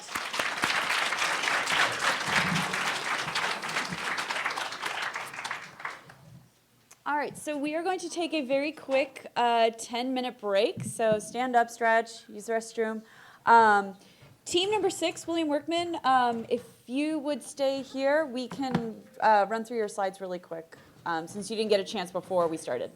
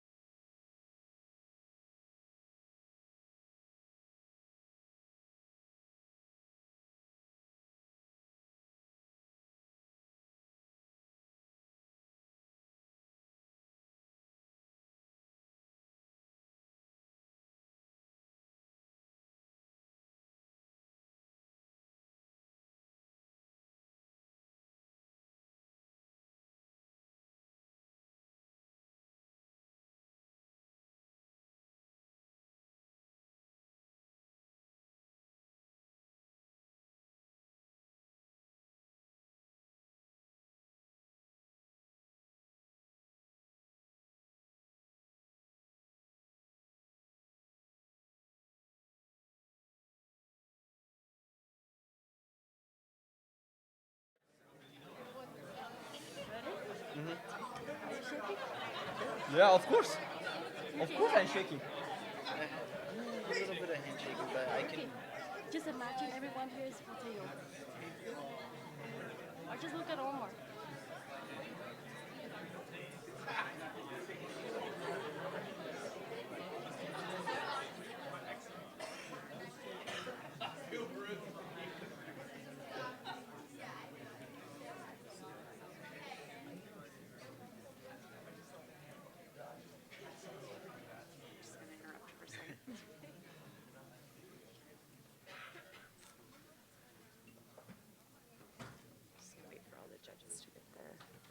Materials together. All right, judges, are you guys ready to go for the next one? Okay, then please take it away. My name is Ricky Gonzalez. My name is Peter Lee. My name is Alexander Rodriguez. My name's Antonin, And this is our nanoparticle project. and today we would like to present to you the problem, the market, the current market, the eczema preventer, advantages of our method, cost and current market analysis, project timeline, and conclusion. Over 35 million people are affected by eczema, and 10 to 20% are children. Eczema is a skin swelling disease that will make skin red and itches. The current treatment market are too expensive for at least half the population, and the treatment that's affordable could be more effective. Creams, ointments, and tree tea oil are the most used products out on the market to this day due to how inexpensive they are. These treatments, even though they're inexpensive, are not as effective. They could have negative side effects and also could be easily wiped off the skin on purpose or on accident. Our main target audience would be children, as like if children see something, they usually tend to like try to lick it off or like eat it. And our product, which is a Band-Aid, would make that hard as it like sticks to their skin, and it would be hard for them to take it off on accident or on purpose. Eczema preventer, how does it work? First, we load our nanoparticles with our lipid-based nanoparticles with tea tree oil, which could then be applied to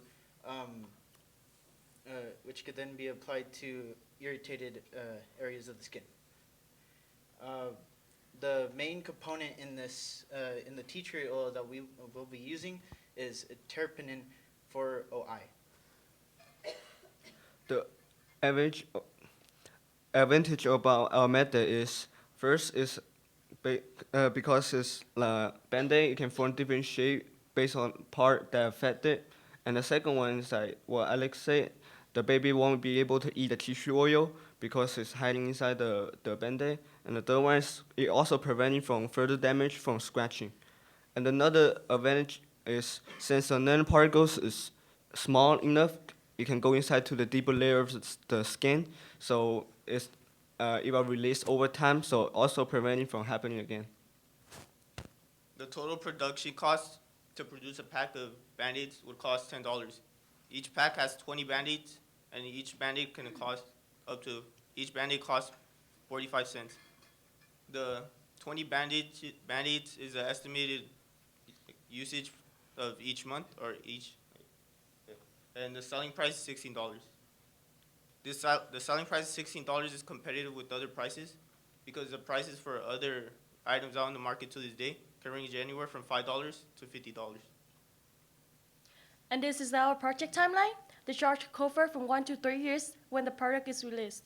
And during that time, our biggest difficulty is to open the clinical trials because we need to find more volunteers and we need more financial support because there got to be a lot of changes and we're going to need to get approved from board.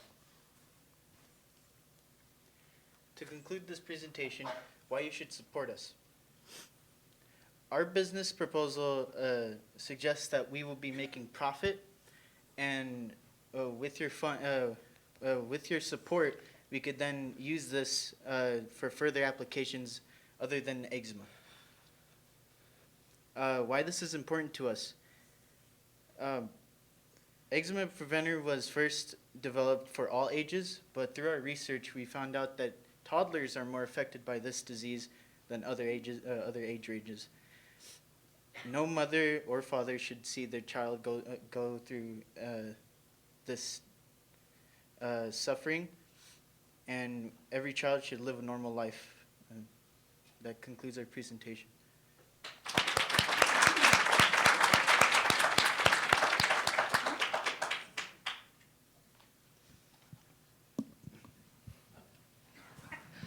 even ask anymore. Okay, so the basis of your product is to make an emulsion of tea tree oil droplets and put those into the Band-Aid.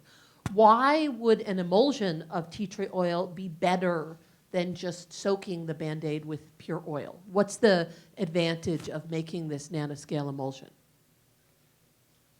Our product would release it like over time, and if you just like dip it in there, it would just like be like, it just goes right, it stays right there. Our product would like keep releasing it for like over 50 hours or under 50 hours. So that's a good answer, but what do you know about the release kinetics, or how fast things release from emulsions? And what kind of size of an emulsion would you want? How would you design your product to be most effective? Can you rephrase it a little bit so I can understand a bit? So what do you know about how fast oils are released from emulsions, and how would you design your nano droplets to be optimal release particles? The lipid nanoparticle that encapsulates the tea tree oil,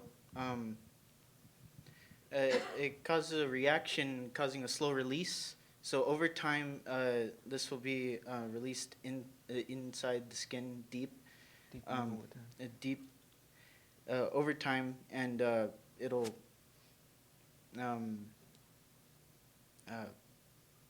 then I'm sorry.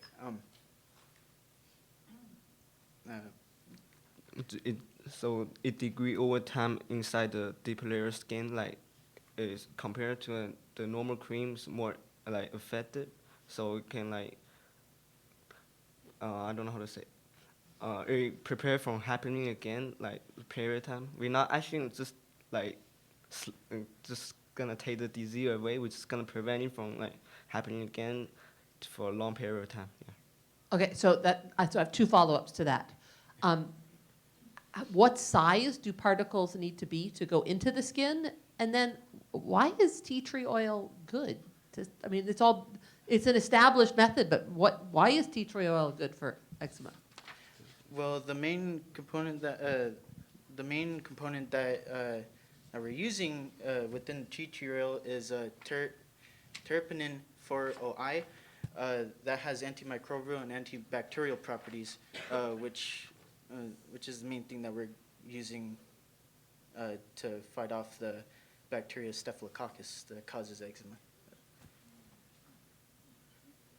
Could we go back to the financials of, I kind of lost that. This one? Yeah, how much is your startup? How much are you asking for to initially start up? 50,000. Half the 50,000 is for fighting the. Oh no, it's actually to making it, to like putting the trial, and the half of the money is to find volunteer and putting tests. Yeah. What are the volunteers going to do? And they're going to be testing out our product. We're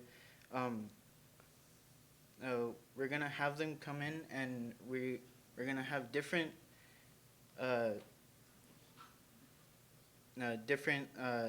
sized bandages, different concentrations to test them out and see which one works the best, and we'll pay them for their Is anyone allergic to tea tree oil?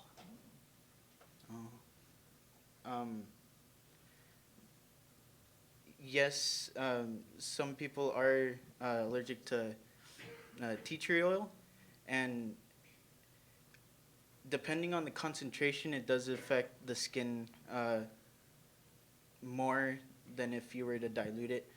So that's why we're going through clinical trials, seeing which one works, which one. So wait a minute. You're having volunteers come in to test the product, but the words clinical trial just came out of your mouth. Oh, I'm sorry. And you're asking for $50,000. Last time I checked, clinical trials are 7, 8 digit numbers. So I think you might want to think through your business plan a bit. Thank you. Time for one more question? So real quick question, do you intend to sell direct to consumers, or do you intend to sell to like a Rite Aid or something like that? I think the main market is for the parent to sell it to individual family who got affected by asthma, like their baby got affected by asthma. Yeah. So you're gonna sell it directly to them. So you're gonna do e-commerce. You're gonna ship it directly to them. You're gonna sell online, or you're gonna sell through like a Walmart, Target, Rite Aid, Thrifty. Well, Thrifty doesn't no longer exist, but I'm dating myself. We're gonna have ads on Facebook, Instagram, and just Facebook and Instagram, and the amounts per click.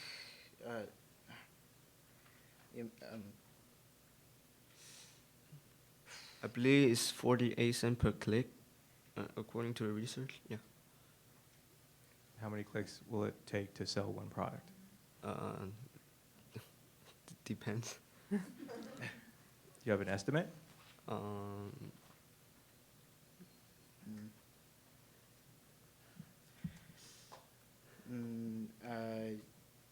No, we don't. By the way, better answer you don't know than to actually answer a BS answer. Yeah. I say that to all the companies that pitch to me. All right, cool. Well, thank you guys so much.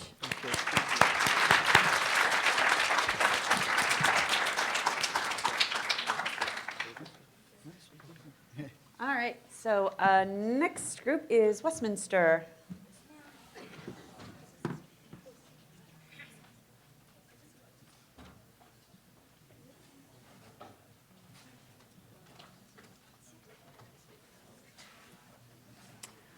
Ooh, lab coats. Serious. So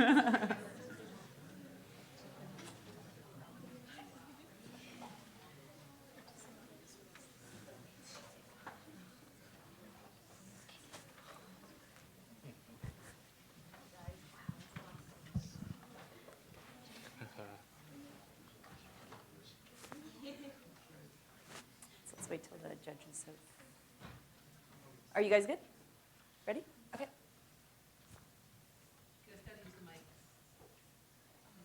Yeah, take the mics with you if you're going to be. So you can grab the mic over there if you want, but you gotta talk into it. Otherwise, they can't hear you.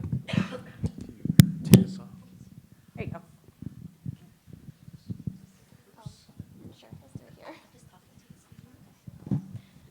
here. Oh, doctors, I'm feeling so much better already. Thank you. Hang in there. You'll be out of here real soon. Yeah, don't worry. You get better so much soon. Oh no, I'm so much worse than when I first got here. Oh no, you got a hospital-acquired infection. Don't you worry, Cooper Fabrics is here. I'm saved. See you later, bacteria. Copper. It just makes sense.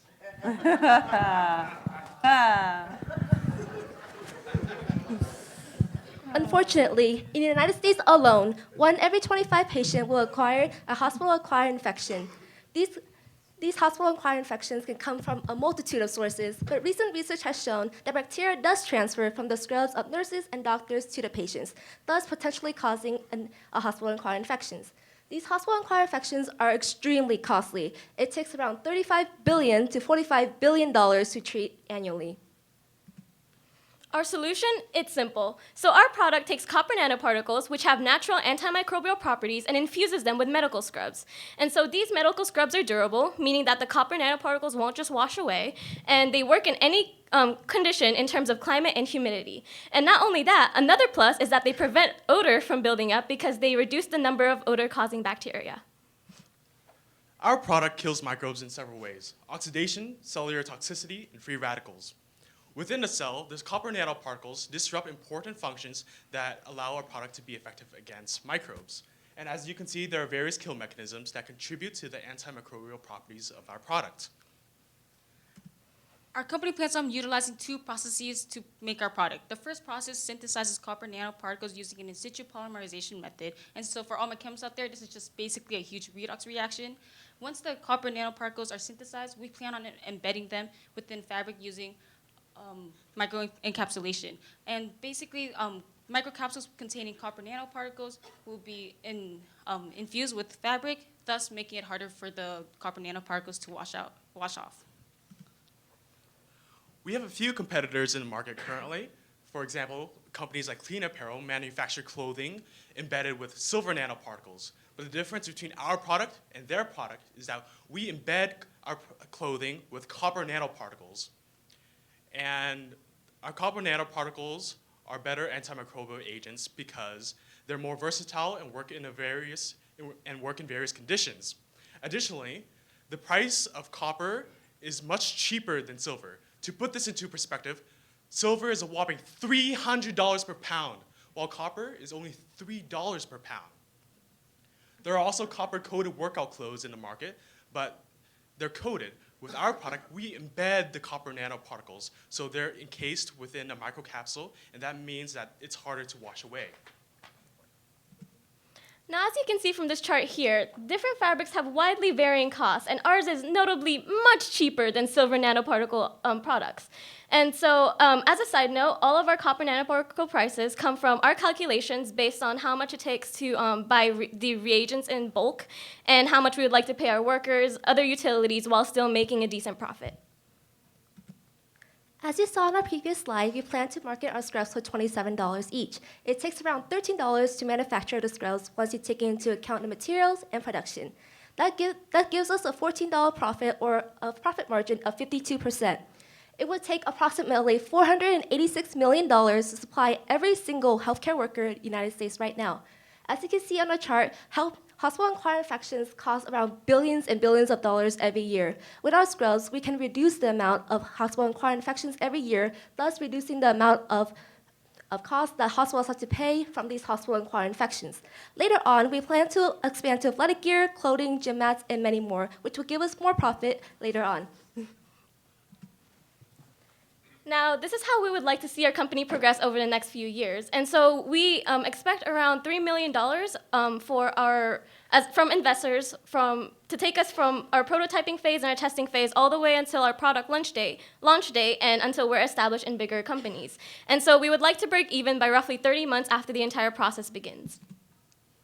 Our vision is to provide protection against hospital-acquired infections and make it affordable as well as accessible, because we firmly believe that patients should not have to suffer from something that can be easily prevented. If you have any questions, comments, or concerns, please contact us at coopramfabrics@gmail. And thank you guys for listening to our business proposal.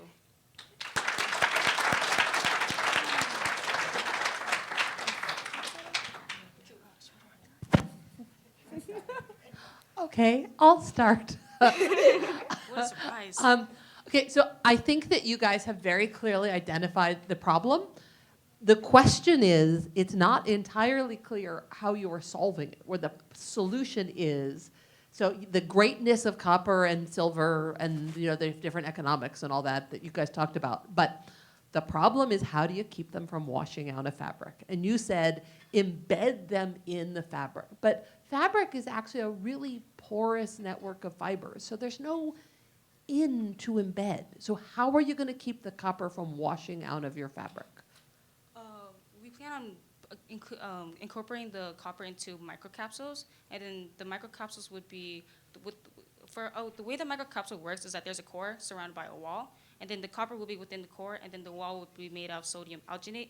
And then through the process, the microcapsule will be very secure, and once through like a process of soaking and drying and curing, the fabric will retain the microcapsules, and there has been research done that proves that the microcapsules are retained within the fabric.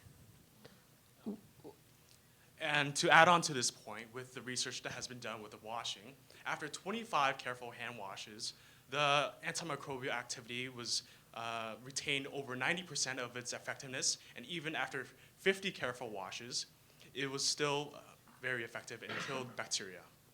So who did this study? We based our science based on a article that used a embedding method that we use in our product.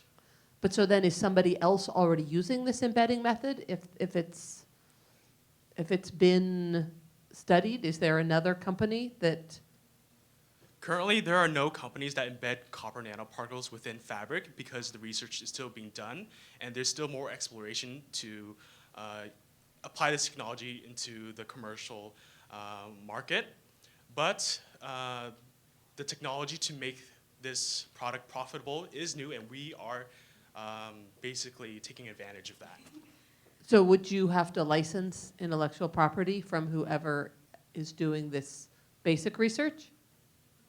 And if so, would you need to put those costs into your cost estimates?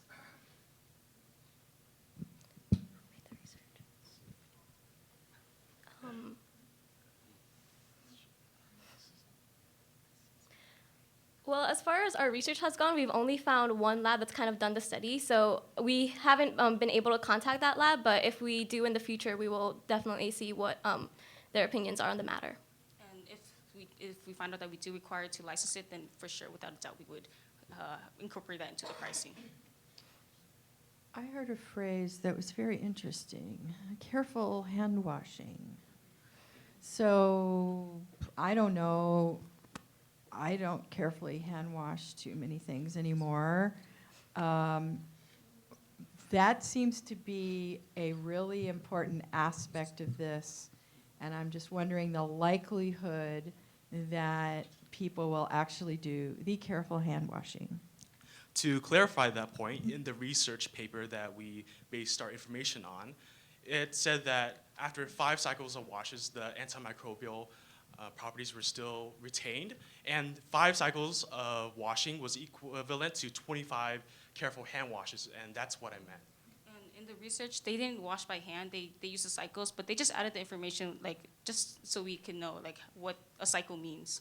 So the article that we based it off of, they did 5 cycles, was it? 5 and 10 cycles. Yeah, 5 to 10 cycles of washing, and then the antimicrobial properties were still retained after the washing.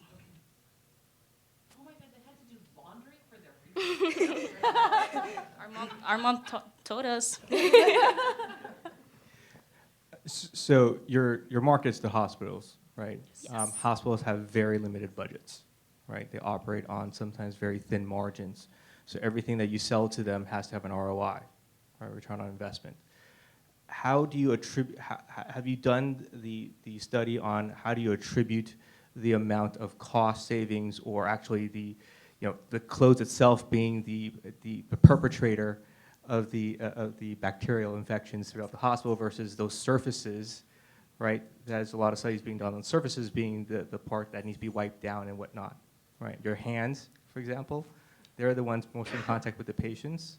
So have you guys done that study to be able to prove out that ROI for the hospitals?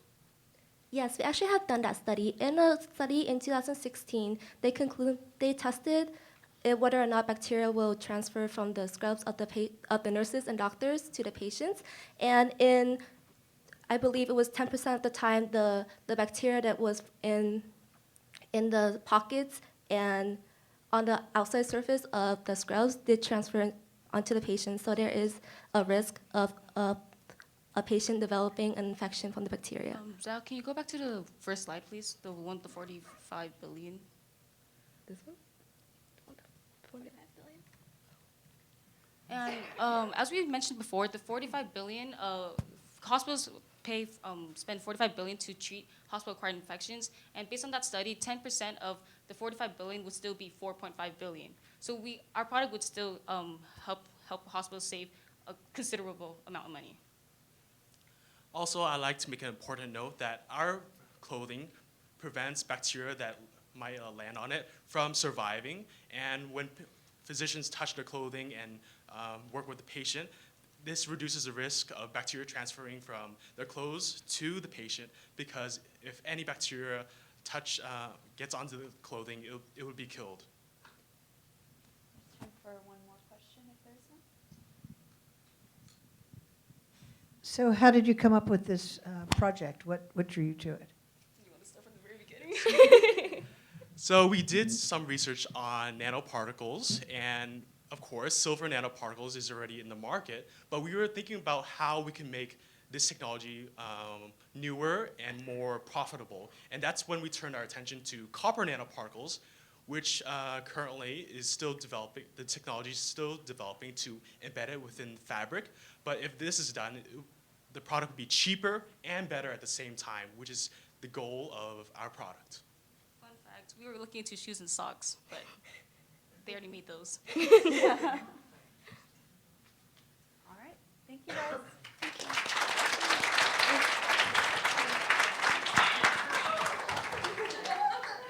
Don't want to get infected by your bacteria. All right, so next is Cell Shock from Valencia.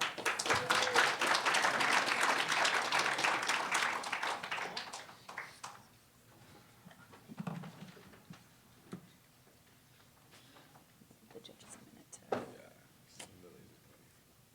Oh, yeah.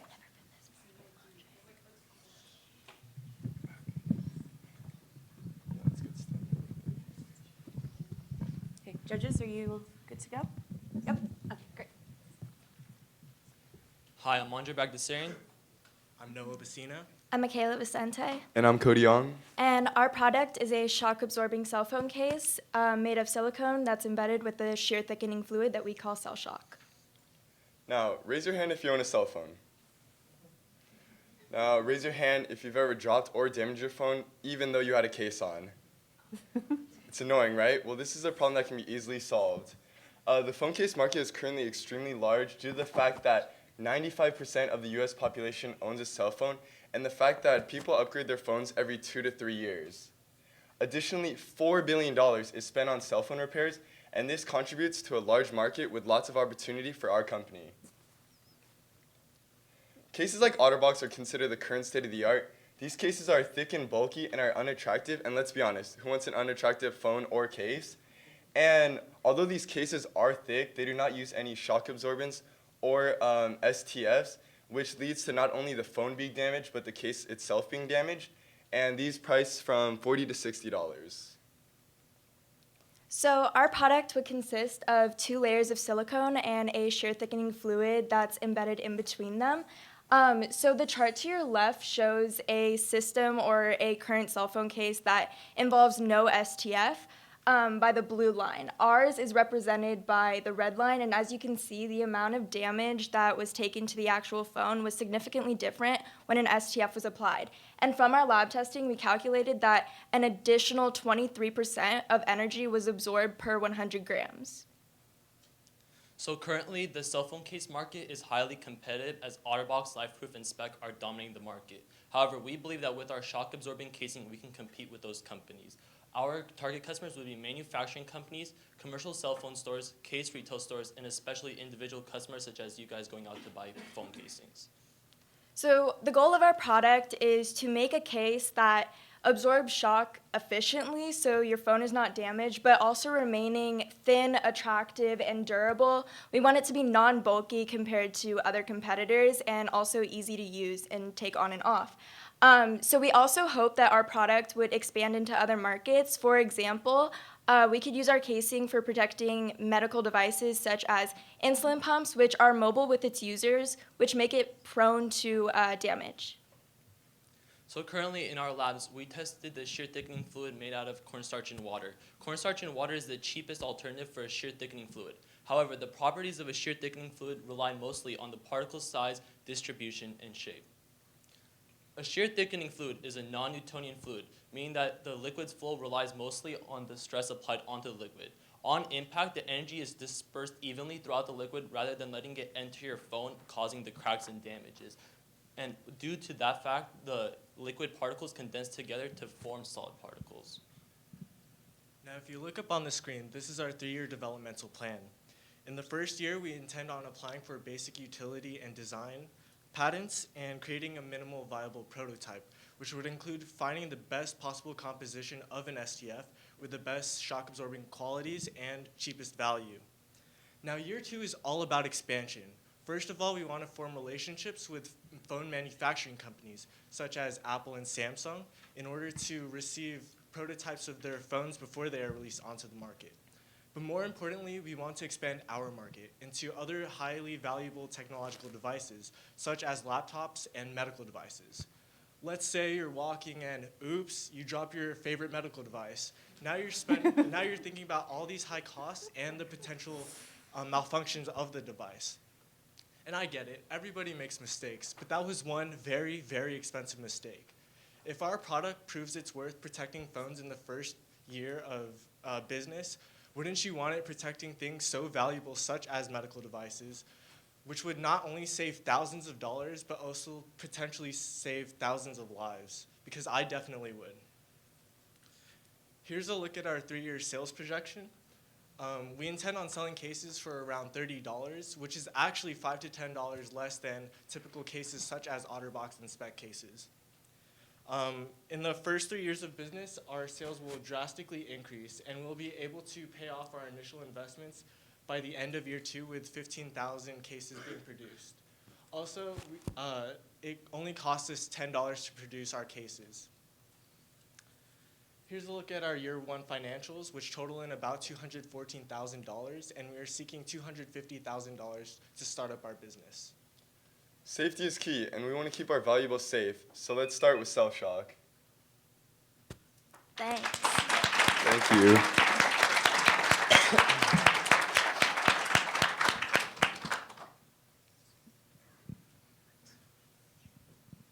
Okay, let's start with some science questions. So the first one is, so you explained shear thickening and how you get clustering and the material goes from something that flows to something that doesn't.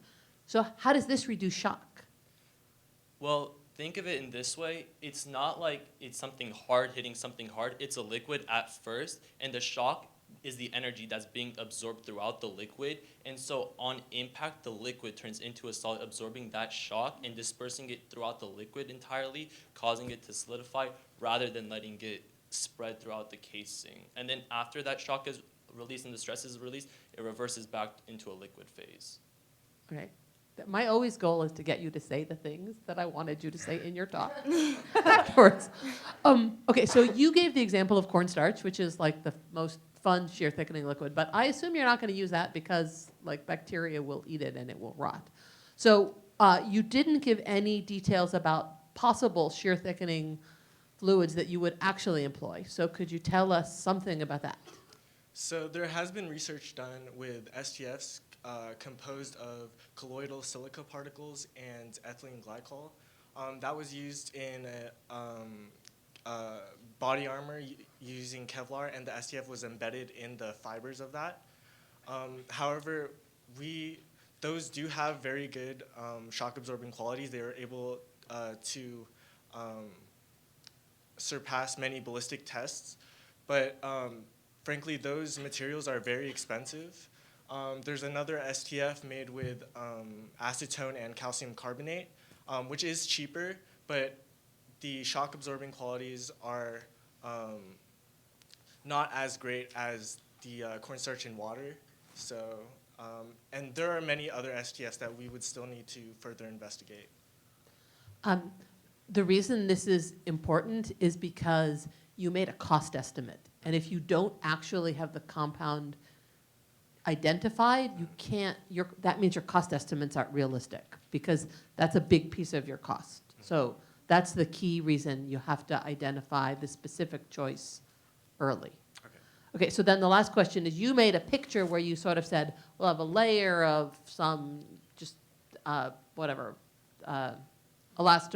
and then a layer of your shear thickening liquid and a layer of elastomer. You do that, you're gonna have some weird blobby cell phone case. So how are you gonna do the engineering to make sure that the spatial distribution of shear thickening liquid within your cell phone stays constant, so it's not a funny looking cell phone case? Well, ideally, we would like to have a very thin layer of the silicone. And so since it will be thin, not much liquid will need to be put in. And therefore, we would fill up the whole entire casing with the liquid. Therefore, like if you were to hold it up and tilt it, like the liquid isn't flowing through, but rather it's completely filled with the liquid inside. But silicone is soft, and it will deform and let the liquid deform. There's nothing hard in there. to make it keep its shape? We haven't done too much research on the silicone, and we would need to do further testing on that. However, we just know that we just chose the silicone because we needed a soft enough casing for the liquid to feel the impact inside. And silicone is a type of rubber, but it's more durable and it's antibacterial for the fungus growth too.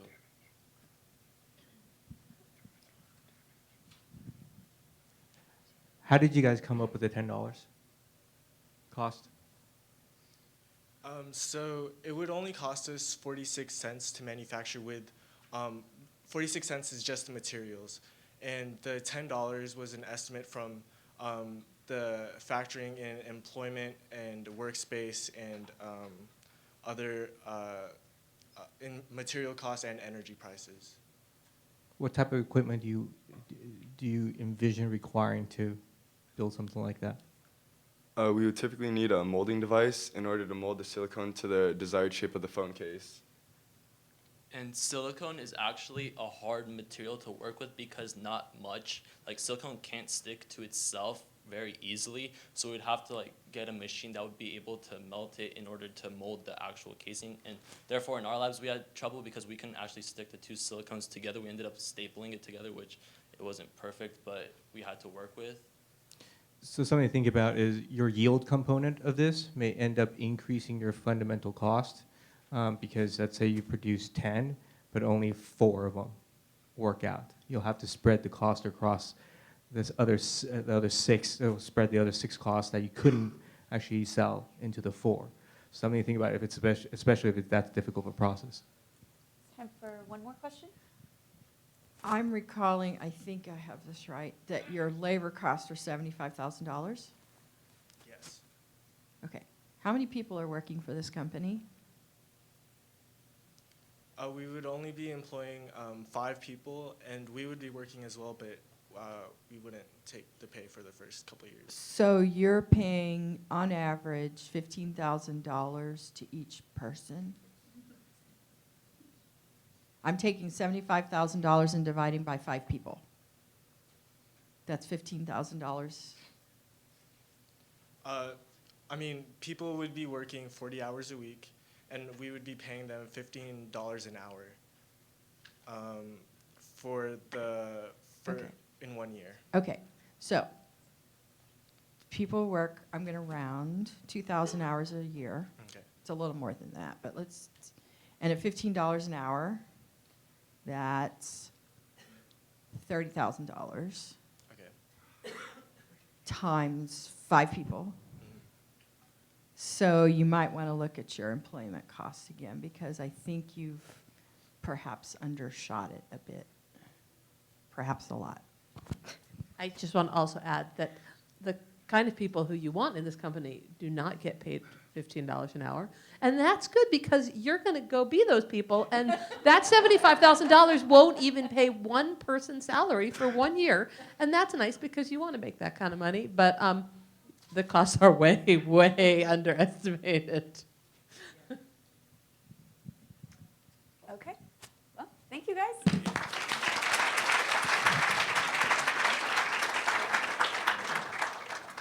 All right, Edison.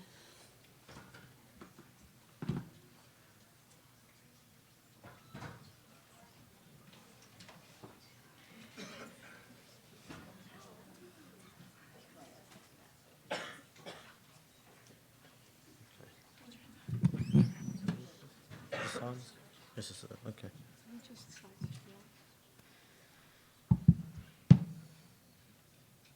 Judges, you ready? Okay. We'll wait. Okay, it works.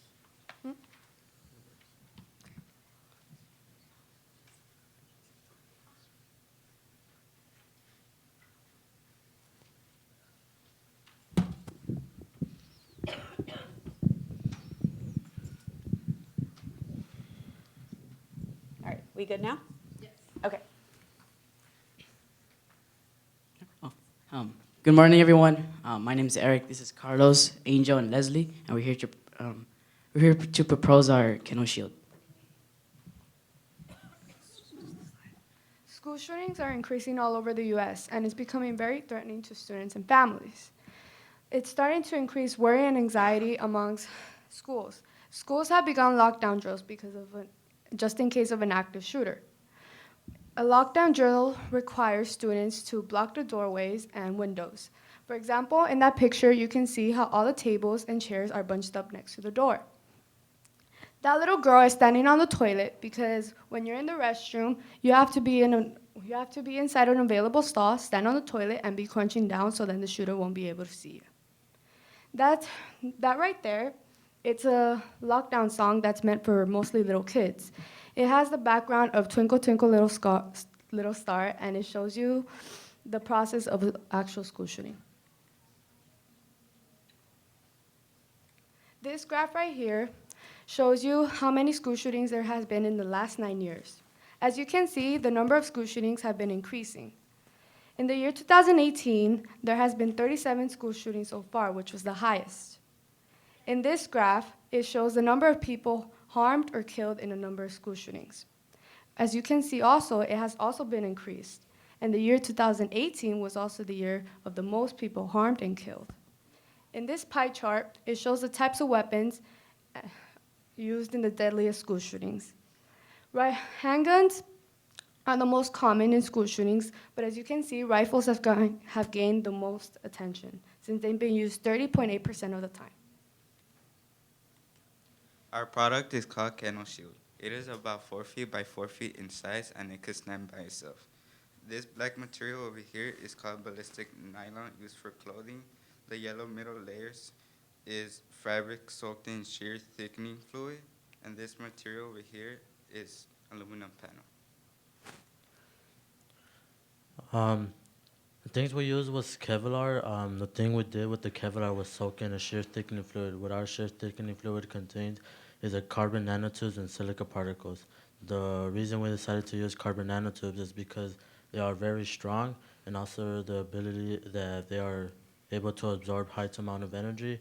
Most silica particles are already common in most shear thickening fluids. The silica particles make hydroclusters. The hydroclusters are just nanoparticles that bunch up together that prevents the penetrations of bullets. After the treatment of the shear thickening fluid, the Kevlar will be 3.5 times as stronger. Our Nanoshield benefits is size. As you can see, it's decent size, and it can protect up to 2 to 3 people. Our weight, we predict that our Nanoshield will weigh 38 pounds, and it will be easier for smaller students to carry and walk around with. Folding capability, as you can see, it can fold up, so it can be put away in a storage area. It's a quick and easy setup, as I said before. You can fold it up and store it away. The impact strength, not only can our shield withstand handgun shots, but it can also withstand our rifle shots. Since we use our Nanoshield can also be used in places where there are large amounts of people, like schools, businesses, hospitals, and community centers. And our shield can also be used in law enforcement by protecting the police officers during an attack. And it can also be used in the military as ballistic barriers for the soldiers to take cover and be protected by.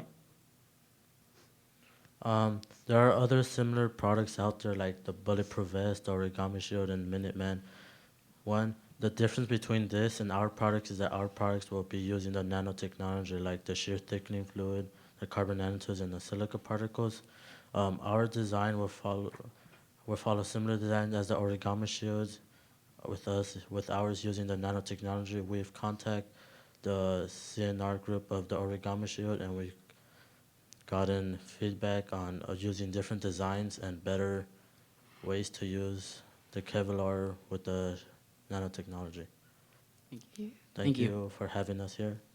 I'd like to hear questions.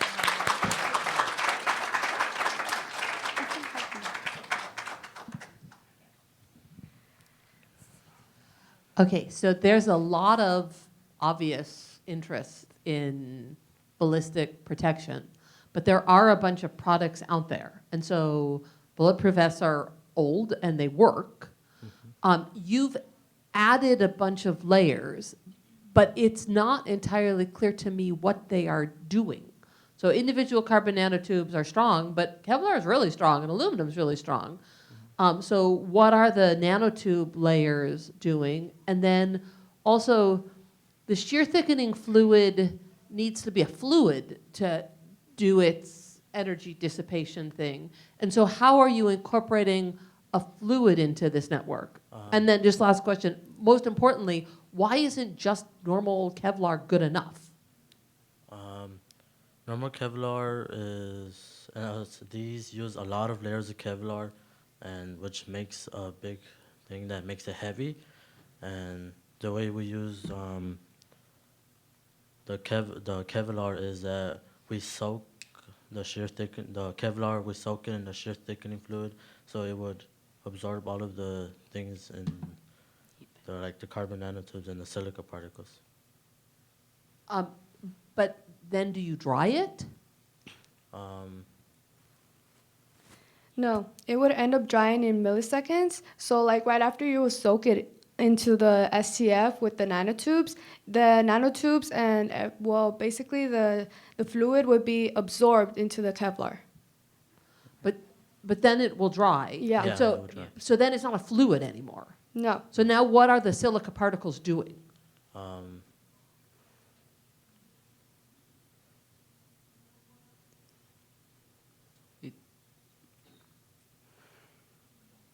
Or just what do you know about what you can add to Kevlar that might help it do stuff?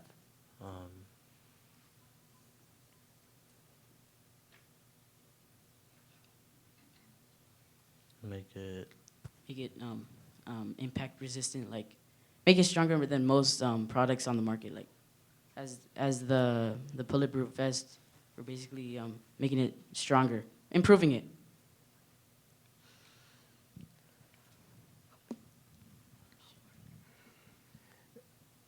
I think I saw that your cost was $800. Is that correct? Yeah. Mm-hmm. Yeah. How much do you intend to sell this for? Buying, like, for us to make this would be 800, but if we want to mass produce this, it would be a lot less. So we would sell it like around 600. 800 again, but it would be less if you want to make more than just one. So you're going to sell for 800. What is your expected cost when you're selling it for $800? We would think it would be less, up to like $600 to mass produce them and sell them for 800. Okay, so that's a margin of 25%. Mm-hmm. That might be a little challenging, but okay. How does that compare price-wise to the other available options? Most bulletproof vests cost around 200 to 600 depending on amount of layers of Kevlar. The Minuteman costs 1,500 because it carries a lot of layers of Kevlar. These are stuff. Also, most of these products out there have an NIJ level of 3A. Which our product will have of a level 3, which will be able to withstand AR bullets, which most of these products can't. Thanks. There's time for one more question.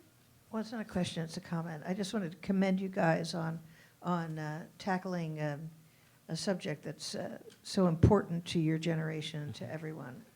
Congratulations on your choice. Thank you. Thank you.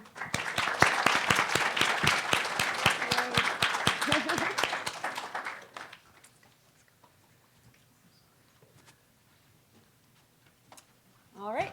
So last but not least, Wildwood and Santa Monica.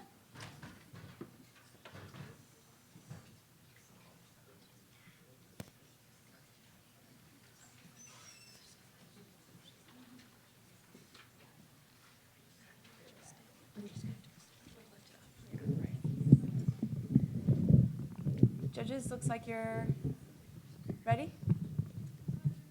In a second? Yes? Okay.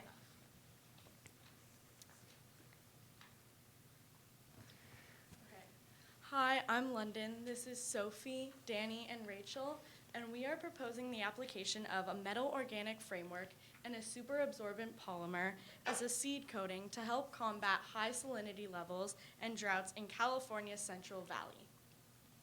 California is the main producer of almonds and lettuce, and they are both water-intensive and salinity-sensitive crops. California economy is a big part of the agricultural industry because, as you can see, we make $5.3 billion from almonds. Due to the lack of irrigation water, farmers often resort to saline groundwater, which is detrimental to the growth of these crops because there's excess salt in the plants. As you can see by our diagram, this is an endless cycle, and it's damaging California's economy. So with our product, we hope to put an end to it. So while there are techniques currently being used to target drought and salinity levels in soil, they are expensive, unsustainable, and impractical. One thing that's currently being used is desalination. Desalination is an effective treatment, however, it's very expensive to operate on a large scale and also takes up a lot of power. So what farmers need is another technique. We are proposing a dual layer coating for seeds. The outer layer, as seen in red, is the metal organic framework, and on the interior, as seen in yellow, is the super absorbent polymer. The outer layer is made from a zirconium-based metal organic framework, which mimics the function of a cell membrane. Because the water molecules in the soil are polar, they're attracted to the oppositely charged sodium and chlorine ions, forming a solvation shell around the salt. This prevents the salt ions from entering the sap layer and keeps them from interfering with the germination process. Meanwhile, the water enters the sap layer and is formed into a miniature reservoir around the seed, allowing it to maximize groundwater. A 0.1 millimeter coating of MOF and a 0.1 millimeter coating of sap will be applied to the seed, relying on techniques used by pharmaceutical companies to coat pills. The MOF is based on zirconium, an organic ligand, so it has extremely low systemic toxicity and is not taken up by most land plants, while the sap is starch-based and has no harmful microplastics. Because this coating is safe for the environment and it's cost-effective and relies on the novel integration of two existing technologies, it's a great option for farmers. 3 major investment firms in the agricultural field are Thrive, AG Tech, and Western Growers. These companies have historically funded farming startups similar to ours with similar goals as our product, which is to be ecologically friendly and cost-effective. However, our product offers an innovative and novel approach to the issue, making it different from our competitors. The target consumer for this product would be California's agricultural retailers. Acquisition by a larger company such as Nutrien or Helena would allow our project to reach a larger market of farmers. So we would begin with prototyping, and that milestone would take about 3 months. We would follow it with testing, which would also take about 3 months. Then would be design control, which would last about a year. Then the 4th milestone would be acquisition by a larger company. And then it would be agricultural use, where the retailers would directly market to consumers. And accounting for the cost of employing chemists and acquiring lab space and materials, our budget would be about $858,000 annually. So there are 3 things we want to target with our dual layer coating, and the first step is increasing crop growth and health through maximizing groundwater supply during the germination phase. Next is increasing the seed tolerance to high salinity, so through a nanoscale ion filtration.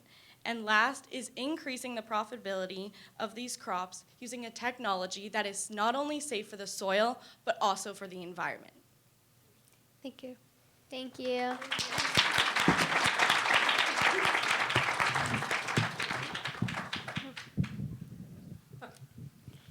Okay, I guess I don't even get to ask anymore.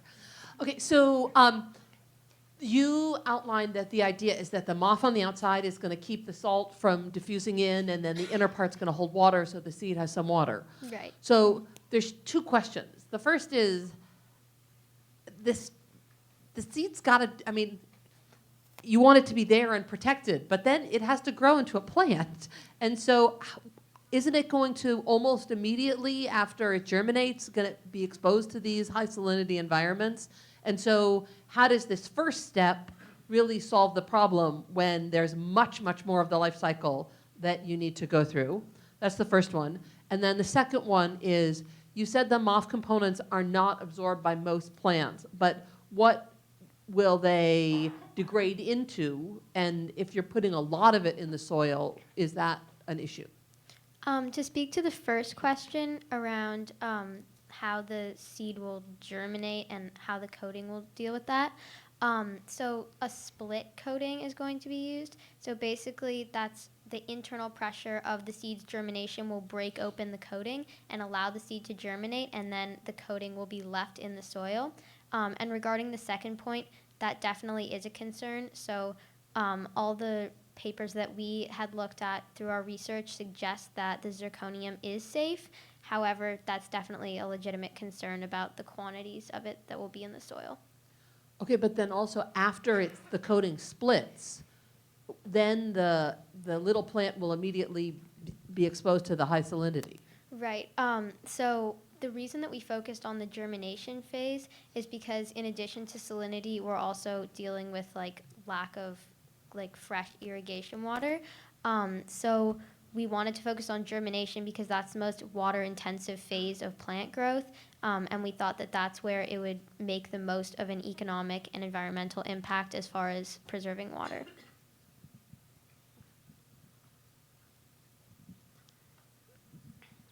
So you mentioned that it's the germination phase is the most water intensive. What is the relative percentage of kind of usage of water in germination versus post? We don't have an exact percentage on that, but that's definitely a great question, so I'll look into that and get back to you. And that'll impact kind of what the cost benefit is, right? Right. So how much would it cost a farmer per acre, per whatever measurement that you want to kind of take? How much additional cost would this be? So the coating itself is very cost effective. It's relatively cheap. So scaling that up won't have too much an effect on the budget, but definitely it would increase as we were to expand. But the coating itself is very, very cost effective. How much would you sell? Are you selling the coated seed, or are you selling the process? You give me the seed, I'll do the process for you. Or are you selling the seed from Monsanto and go? I think there's two avenues we could take that. One would be licensing the technology to an agricultural retailer so that they would be able to take that technology and produce it themselves. And the other would be producing the product and then selling it to larger retailers to market specifically to farmers. And so do you know how much extra it's going to cost versus the current seed that they're buying? We also factored in the fact of hiring a managing team and sales force into the budget. So that is accounting for managers and representatives to market it. I mean, like, for example, let's say I buy a bag of seeds, Mhm. right, from an agricultural retailer for whatever it is, $10, right? Will this cost me 11, 12, or less? So it would definitely cost more than just regular seeds, but especially the sap layer is it's based on wheat bran, which is like an agricultural waste product. So it wouldn't be very much more expensive, but the cost would definitely increase. Adding on to that, this is not a specific number attached to it, but it'd be saving farmers money in another way because some of the methods that they use, one of them includes targeted planting that's common to help farmers treat salinity in soil, where they plant crops that aren't the intended crop surrounding what they're trying to grow in order to soak up the salinity out of the soil. This would increase productivity because they wouldn't need to be planting crops that they're not intending to sell yet. Would the effectiveness of the seed coating be impacted by any treatments that the crops may encounter during the growing process? And I'm specifically thinking about a situation where you're not you are in a non-organic growing environment and the farm is using pesticides. You're introducing another chemical into the process. We didn't actually look into that, and I think just assume that this would be more targeted towards organic farming practices because we don't actually know what the ramifications would be if other chemicals were introduced. Time for one more question if there is one.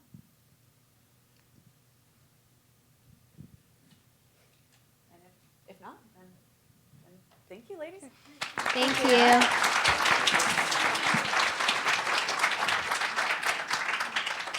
And let's give one more, actually, round of applause to all the teams for doing an amazing job.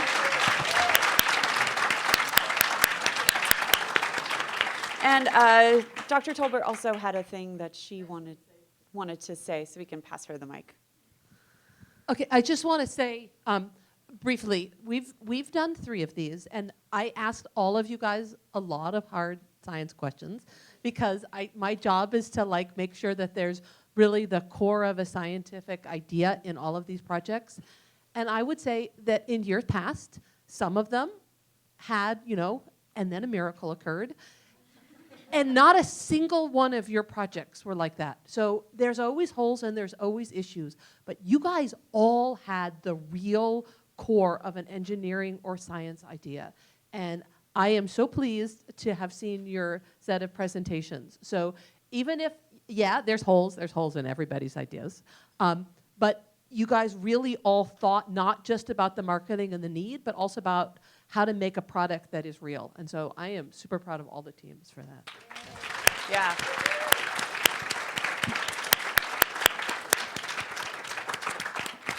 So before I send everyone up and have all of us take a nice break for lunch, I'm going to ask if we can give the judges a 30-second head start on getting lunch, because they also need to take the time to sit and discuss everything that just happened. So let's give them a minute to walk out, and then we can all go out for some lunch. Thank you.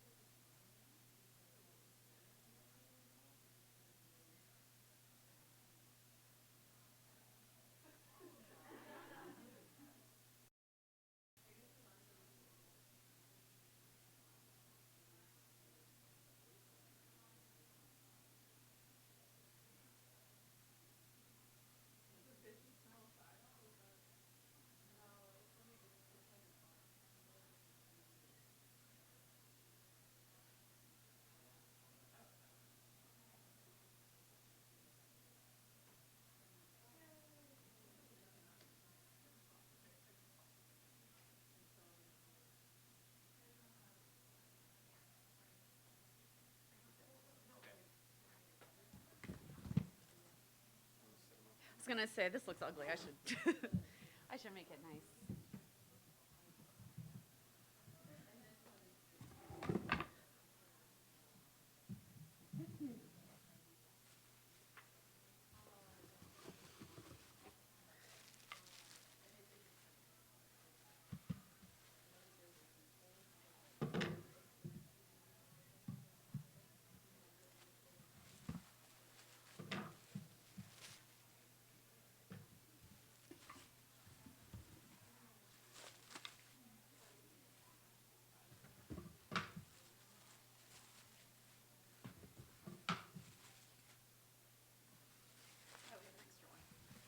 Is this extra? Because there's 7 who are finalists and then 3 who are actually 1, 2, 3. Don't forget to put your mic back on. This one? Oh, wait, no. The one that's right here. Let's use, oh, okay. Do you want me to put it on now? Yeah, let's just put it on now.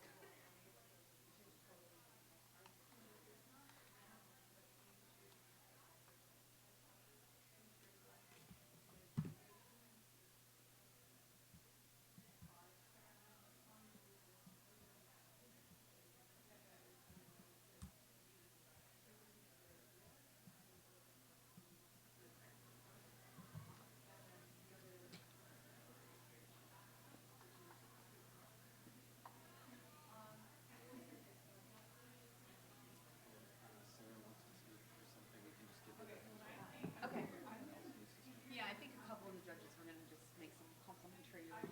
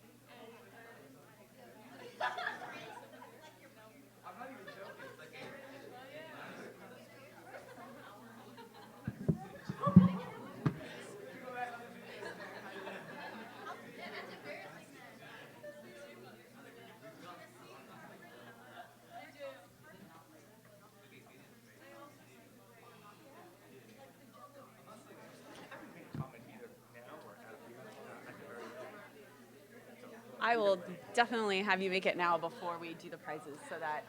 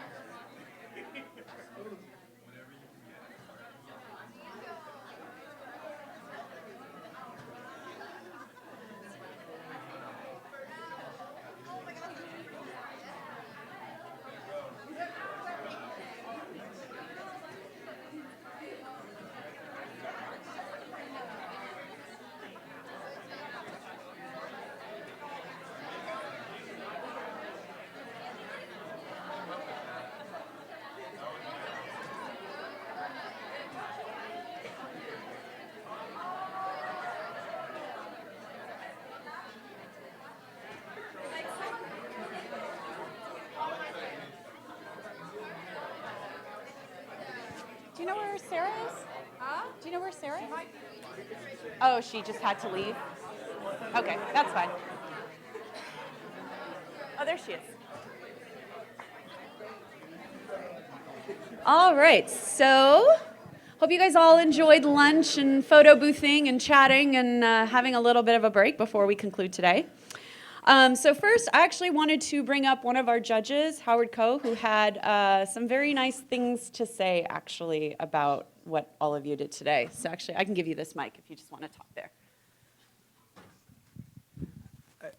I just want to kind of congratulate kind of all of you to have put in the thought process, the work, just the inquisitive and curiosity factor, and looking at kind of big problems to solve. And I was just mentioning to the other judges, I've seen a lot of different pitch competitions over the years. I've literally lost count. And people who actually expect to get money. Yes, who are actually looking for real money, for me to actually write a real check.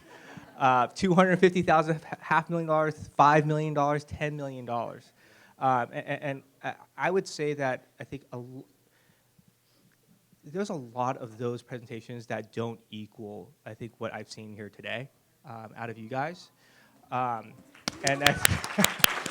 so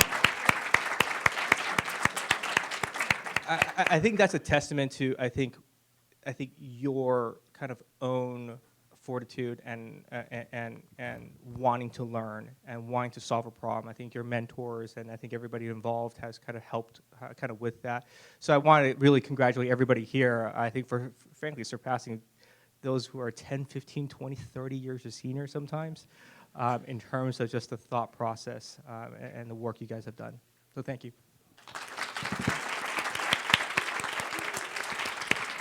And very, very quickly before I do announce the winners, I also want to ask us to thank one more time the mentors who have taken so much effort.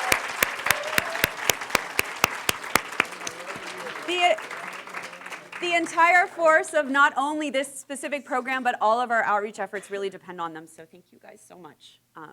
You guys are awesome. Okay. So with that being said, there was a lot of deliberating over our choices.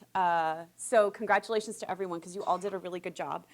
But with that being said, I'm going to go third to first. So our third place team this year for Nanovation is Nano Protector. Yeah! Nice job, guys. Yes.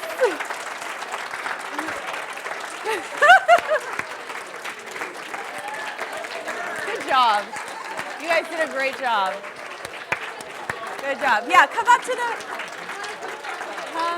the front. Come to the front, yes. We will do photos.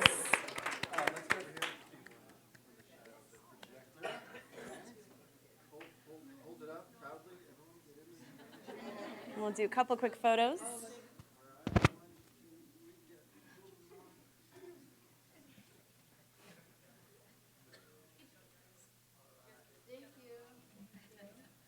All right. Yay.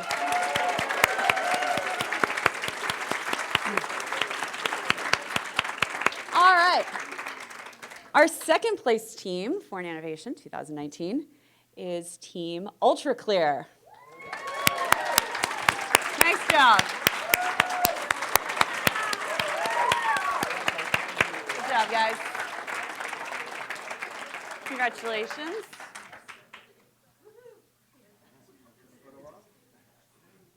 Paparazzi moment.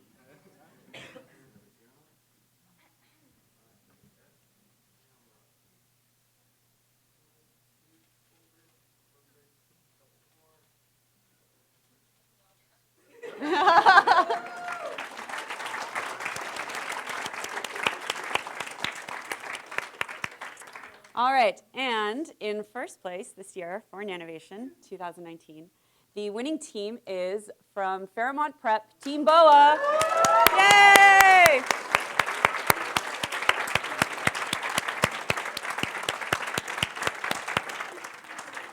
Good job, you guys.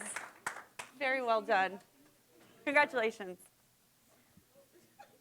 You look really dorky with your lights being half lit. Scoot, scoot. Show off these. Yeah. And before everyone heads out, we do have finalist trophies for all the teams, so please come grab a trophy. And then I would love for all the teams to go outside, and we'll take a photo with everyone under the CNSI sign that is along the wall. So congratulations to everyone. Phenomenal job, truly. All right. A photo. Oh, a photo. It would be nice if everyone, yeah, so if everyone could, judges as well, yes. So the goal is, we're judges, we're going straight out those doors and lining up or blobbing up in front of the wall that is right